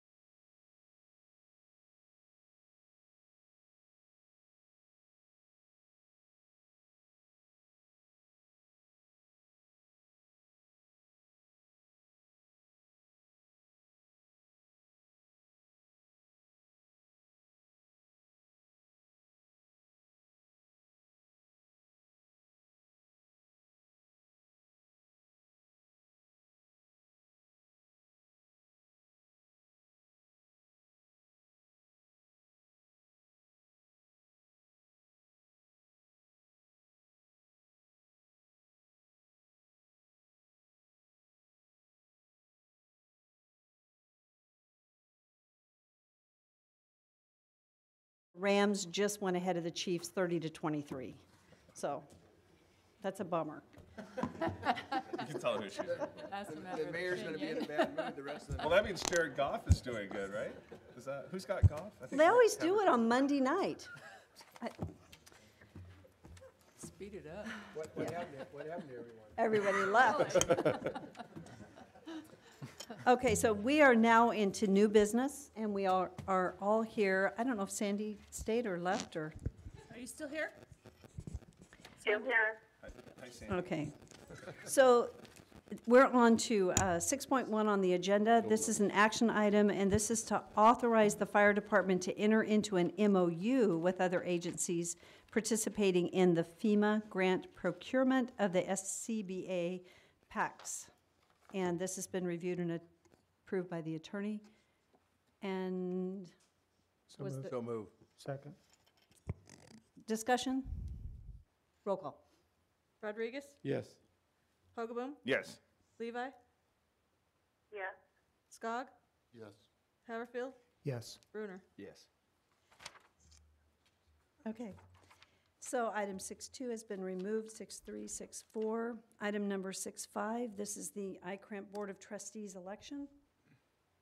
And I apologize, my computer just, So, Madam Mayor, both of these candidates, I mean, we're not voting for one or the other. we are voting for one. Oh, just for one. And I have visited, so Garrett Nancolis has been on the board, and I think he does an absolutely amazing job. And so I think he has got the qualifications and the experience to continue would be my recommendation. All right, Mayor, Council, I make a motion to, what's the phrasing here? Board of Nominate or Nominate? vote. It's actually for To us to vote in the ICRAMP ballot Region 1 for Mayor Nancolis. Second. Any discussion? Roll call. Brunner? I'm abstaining because I apologize. I did not study who was running against him, so I'm abstaining from this vote. I don't like doing that, but I'm abstaining. Levi? Yes. Haverfield? I know Angola, so I'll vote for him. Skog? I don't know, my son bought an unregistered rifle up in Plummer. They're pretty good people, but I'll vote for. Jeez. Rodriguez? Well, I don't know where that comes from, but yes. You say it was unregistered? I like Plummer. Hogaboom? Yes. I don't know Mayor Nancolis, but he's doing a good job. They have an ice skating rink over there. My wife keeps wanting to go over there. Sorry, but I refuse to go. So is that one done? I can't ice skate. Okay. Sorry. Okay, item number 6.6 on the agenda is an action item to authorize the agreement for the Nampa Rec Center swimming pool stairs construction and award to the apparent low bidder, which is EKC Inc., for the amount of $63,373. This has been reviewed and approved by legal, and this is replacing the approved FY19 elevator project with the stairs project. So move. Second. Mayor Kling, discussion? Wait, hate to hold up the meeting. But gosh, Darren, maybe I'll reach out to you after. $63,000 to repair those steps going up? I don't know. I'm like, wow. Everything's a wow. Yeah. Well, hi, how are you? Mayor, Councilman. Councilman Hogaboom, it is actually a reconstruction of the Yeah. current stairs. I mean, they're tearing them down. There's some corrosion underneath in the steel, so they're replacing all of it. The steel frame, new concrete deck pan stairs, epoxy finish. So it'll be really nice, but we found some corrosion underneath that we're not quite sure we want to continue to live with. Yeah, I read that. So I guess the follow-up question is, with this the whole reconstruction replacement, should it last more than 25 years this next time? Yes, this will be galvanized, so they'll have Okay. a better finish on it. We, for years and years, they sprayed down those stairs with water when they sprayed down the pool decks, thinking that it was watertight. It was not. Water has been seeping down Okay. through that Okay. for multiple years.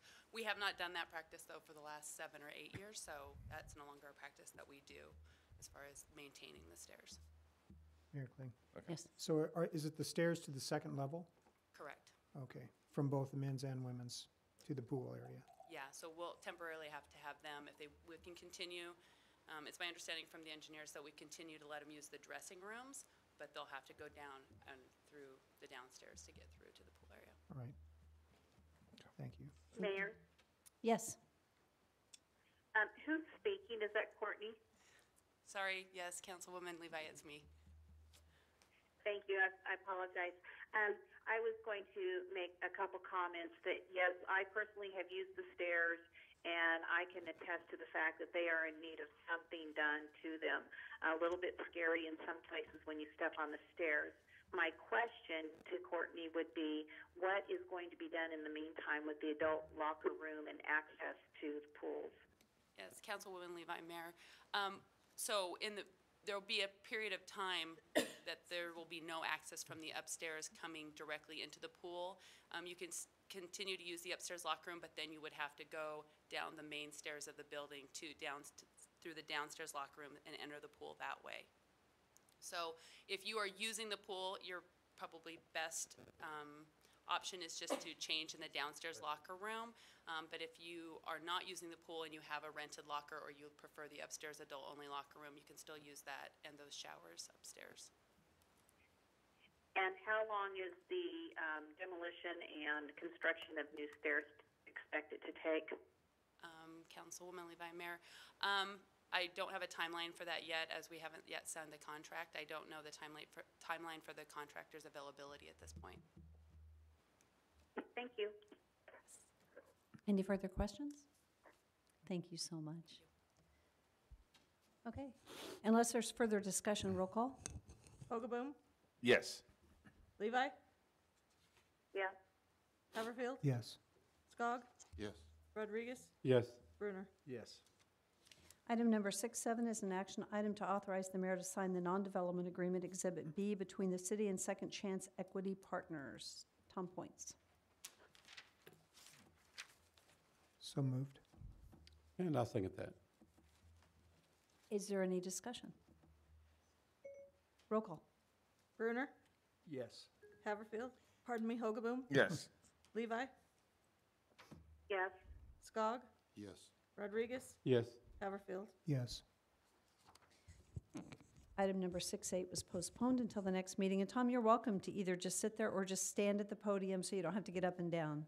And you may not do a thing, but we'll see. So, number 6.9, action item, resolution to authorize the mayor to sign the agreement for Greenhurst Road, which is Sunnybrook to Canyon Street, SLA, to approve the state which is the state local agreement. It doesn't say much. It's project development, so this is an interesting language right here, but So moved. Second. any discussion? Roll call? Rodriguez, Yes. Levi, Yeah. Haverfield, Yes. Skog, Yes. Hogaboom, Yes. Bruner. Yes. Item 6.10 is to authorize the mayor and the public works director to sign contracts with Core and Main for the 2019 Waterworks materials bid, and this is already approved in the FY19 budget. So moved. Second. Discussion? Roll call? Bruner, Yes. Hogaboom, Yes. Levi, Yes. Skog, Yes. Rodriguez, Yes. Haverfield. Yes. So 6.11 and 6.12 kind of go together. This is the first reading of an ordinance annexing various city parcels into the municipal irrigation district. And then 6.12 is to approve the summary of publication for the preceding ordinance. So if there is a motion, we can include both in the same motion. An ordinance of the City of Nampa, Canyon County, Idaho, annexing a portion of the underlying irrigation district into the municipal irrigation district of the City of Nampa, Canyon County, Idaho, and changing the boundaries thereof, and directing the city engineer to alter the use and area map accordingly. Are there any questions for Tom? No. I'll make a motion to pass the preceding ordinance as read under suspension of rules and approve the summary of publication as of the ordinance as well. Second. And thank you for adding that. I appreciate that. Any discussion? Roll call? Rodriguez, Yes. Hogaboom, Yes. Levi, Yes. Skog, Yes. Bruner, Yes. Haverfield. Yes. So item 613 is an action item. This is the first reading of an ordinance amending Title 3, Chapter 1, Section 1, Title B, Chapter 1, Section 3, and Title 8, Chapter 2, Section 4, for the Board of Appraisers. Do you have that? You have the ordinance. Okay, so does anyone have any questions for Tom? Do we want to read it first? Do you all know where we're headed with this? Right. Okay. So go ahead and read it. Yep. An ordinance enacted by the Nampa City Council amending Title 3, Chapter 1, Section 3-1-1 of the Nampa City Code pertaining to the Board of Appraisers and its duties in the context of the provisions of general services by the City of Nampa, amending Title 8, Chapter 1, Section 8-1-3 pertaining to the Board of Appraisers and its duties in the context of the City of Nampa's water system, amending Title 8, Chapter 2, Section 8-2-4 pertaining to the Board of Appraisers and its duties in the content of the City of Nampa's sewer system, providing for an effective date, providing for severability, and repealing all ordinances, resolutions, orders, and parts thereof in conflict herewith. So Mayor Kling, does 613 and 614 go together? Yes, 613 and 614 do go together, and then it would be under suspension of rules. Okay, I'll make the motion to pass the preceding ordinance as read under suspension of rules and approve the summary as well. Second. Second. Let Levi have that one. Okay. There's a time delay, huh, wherever she is? Under discussion, just for those that are sitting here and/or watching online, what this is our Board of Appraisers actually was very staff-heavy. It was disproportionate. And the goal in this ordinance and the change in the language, actually, we've added, which number 615 is that action item, to appoint an additional citizen to the Board of Appraisers, and then to reduce the number of staff. So there are 3 staff present, 3 citizens present. The mayor is also present on that. So that was the intent, just in case anybody wonders, and it's mostly for, people online, and so they have a clue what we just did. Okay, so any further discussion? And I think we're ready for roll call. Rodriguez? Yes. Bruner? Yes. Hogaboom? Yes. Skog? Yes. Levi? Yes. Haverfield? Yes. And Madam Mayor, just a comment, we have 2 of the members here, correct? And the next, would you like to make a motion on the next one? Yes, I would. We Yes. would make a motion that we approve those citizens at large board members. Is there something more on that? Well, this is a resolution appointing Sharon Harris, Great. and Sharon is present with us. Thank you, Sharon. She gave blood today, I know that. And then to appoint Hubert. There, you move seats. Thank you for He's sneaky. serving. He's Yes. sneaky, that one. Yeah, he's playing like comical chairs or something. And then David Peterson, yeah.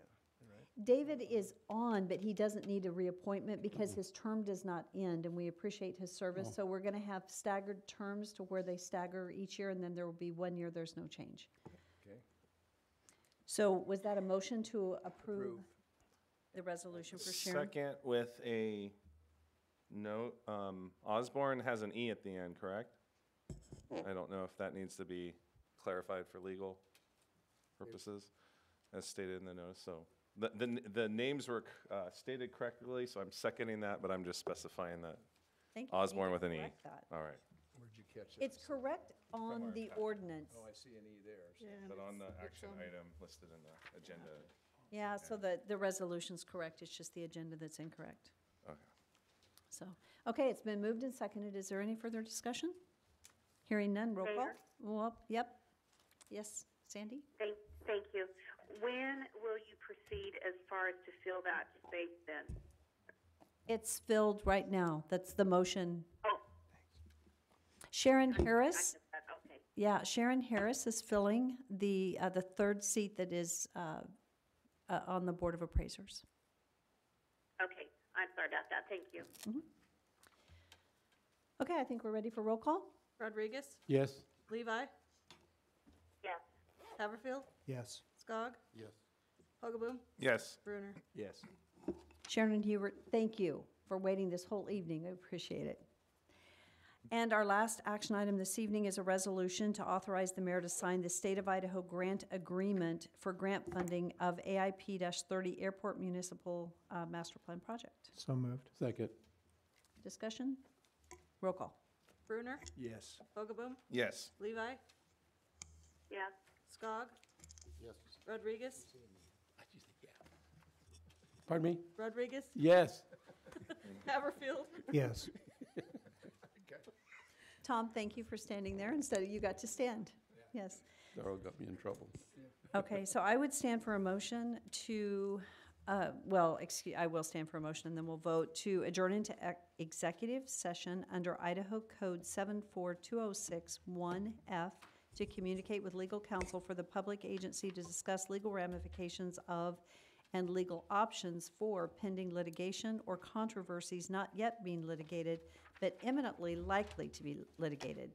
The mere presence of legal counsel at an executive session does not satisfy this requirement. So moved. And I'm not sure why that's on there, but thank you. Second? Roll call. Rodriguez? Yes. Brunner? Yes. Levi? Yes. Skog? Yes. Hogaboom? Yes. Haverfield? Yes. For those here, just so you know, we don't make any, we don't vote, we don't make decisions in executive session, and we will come back out, but my guess is most of you won't be here. I'd like to say thank you for being here this evening. Happy Thanksgiving. Have a wonderful Happy Thanksgiving.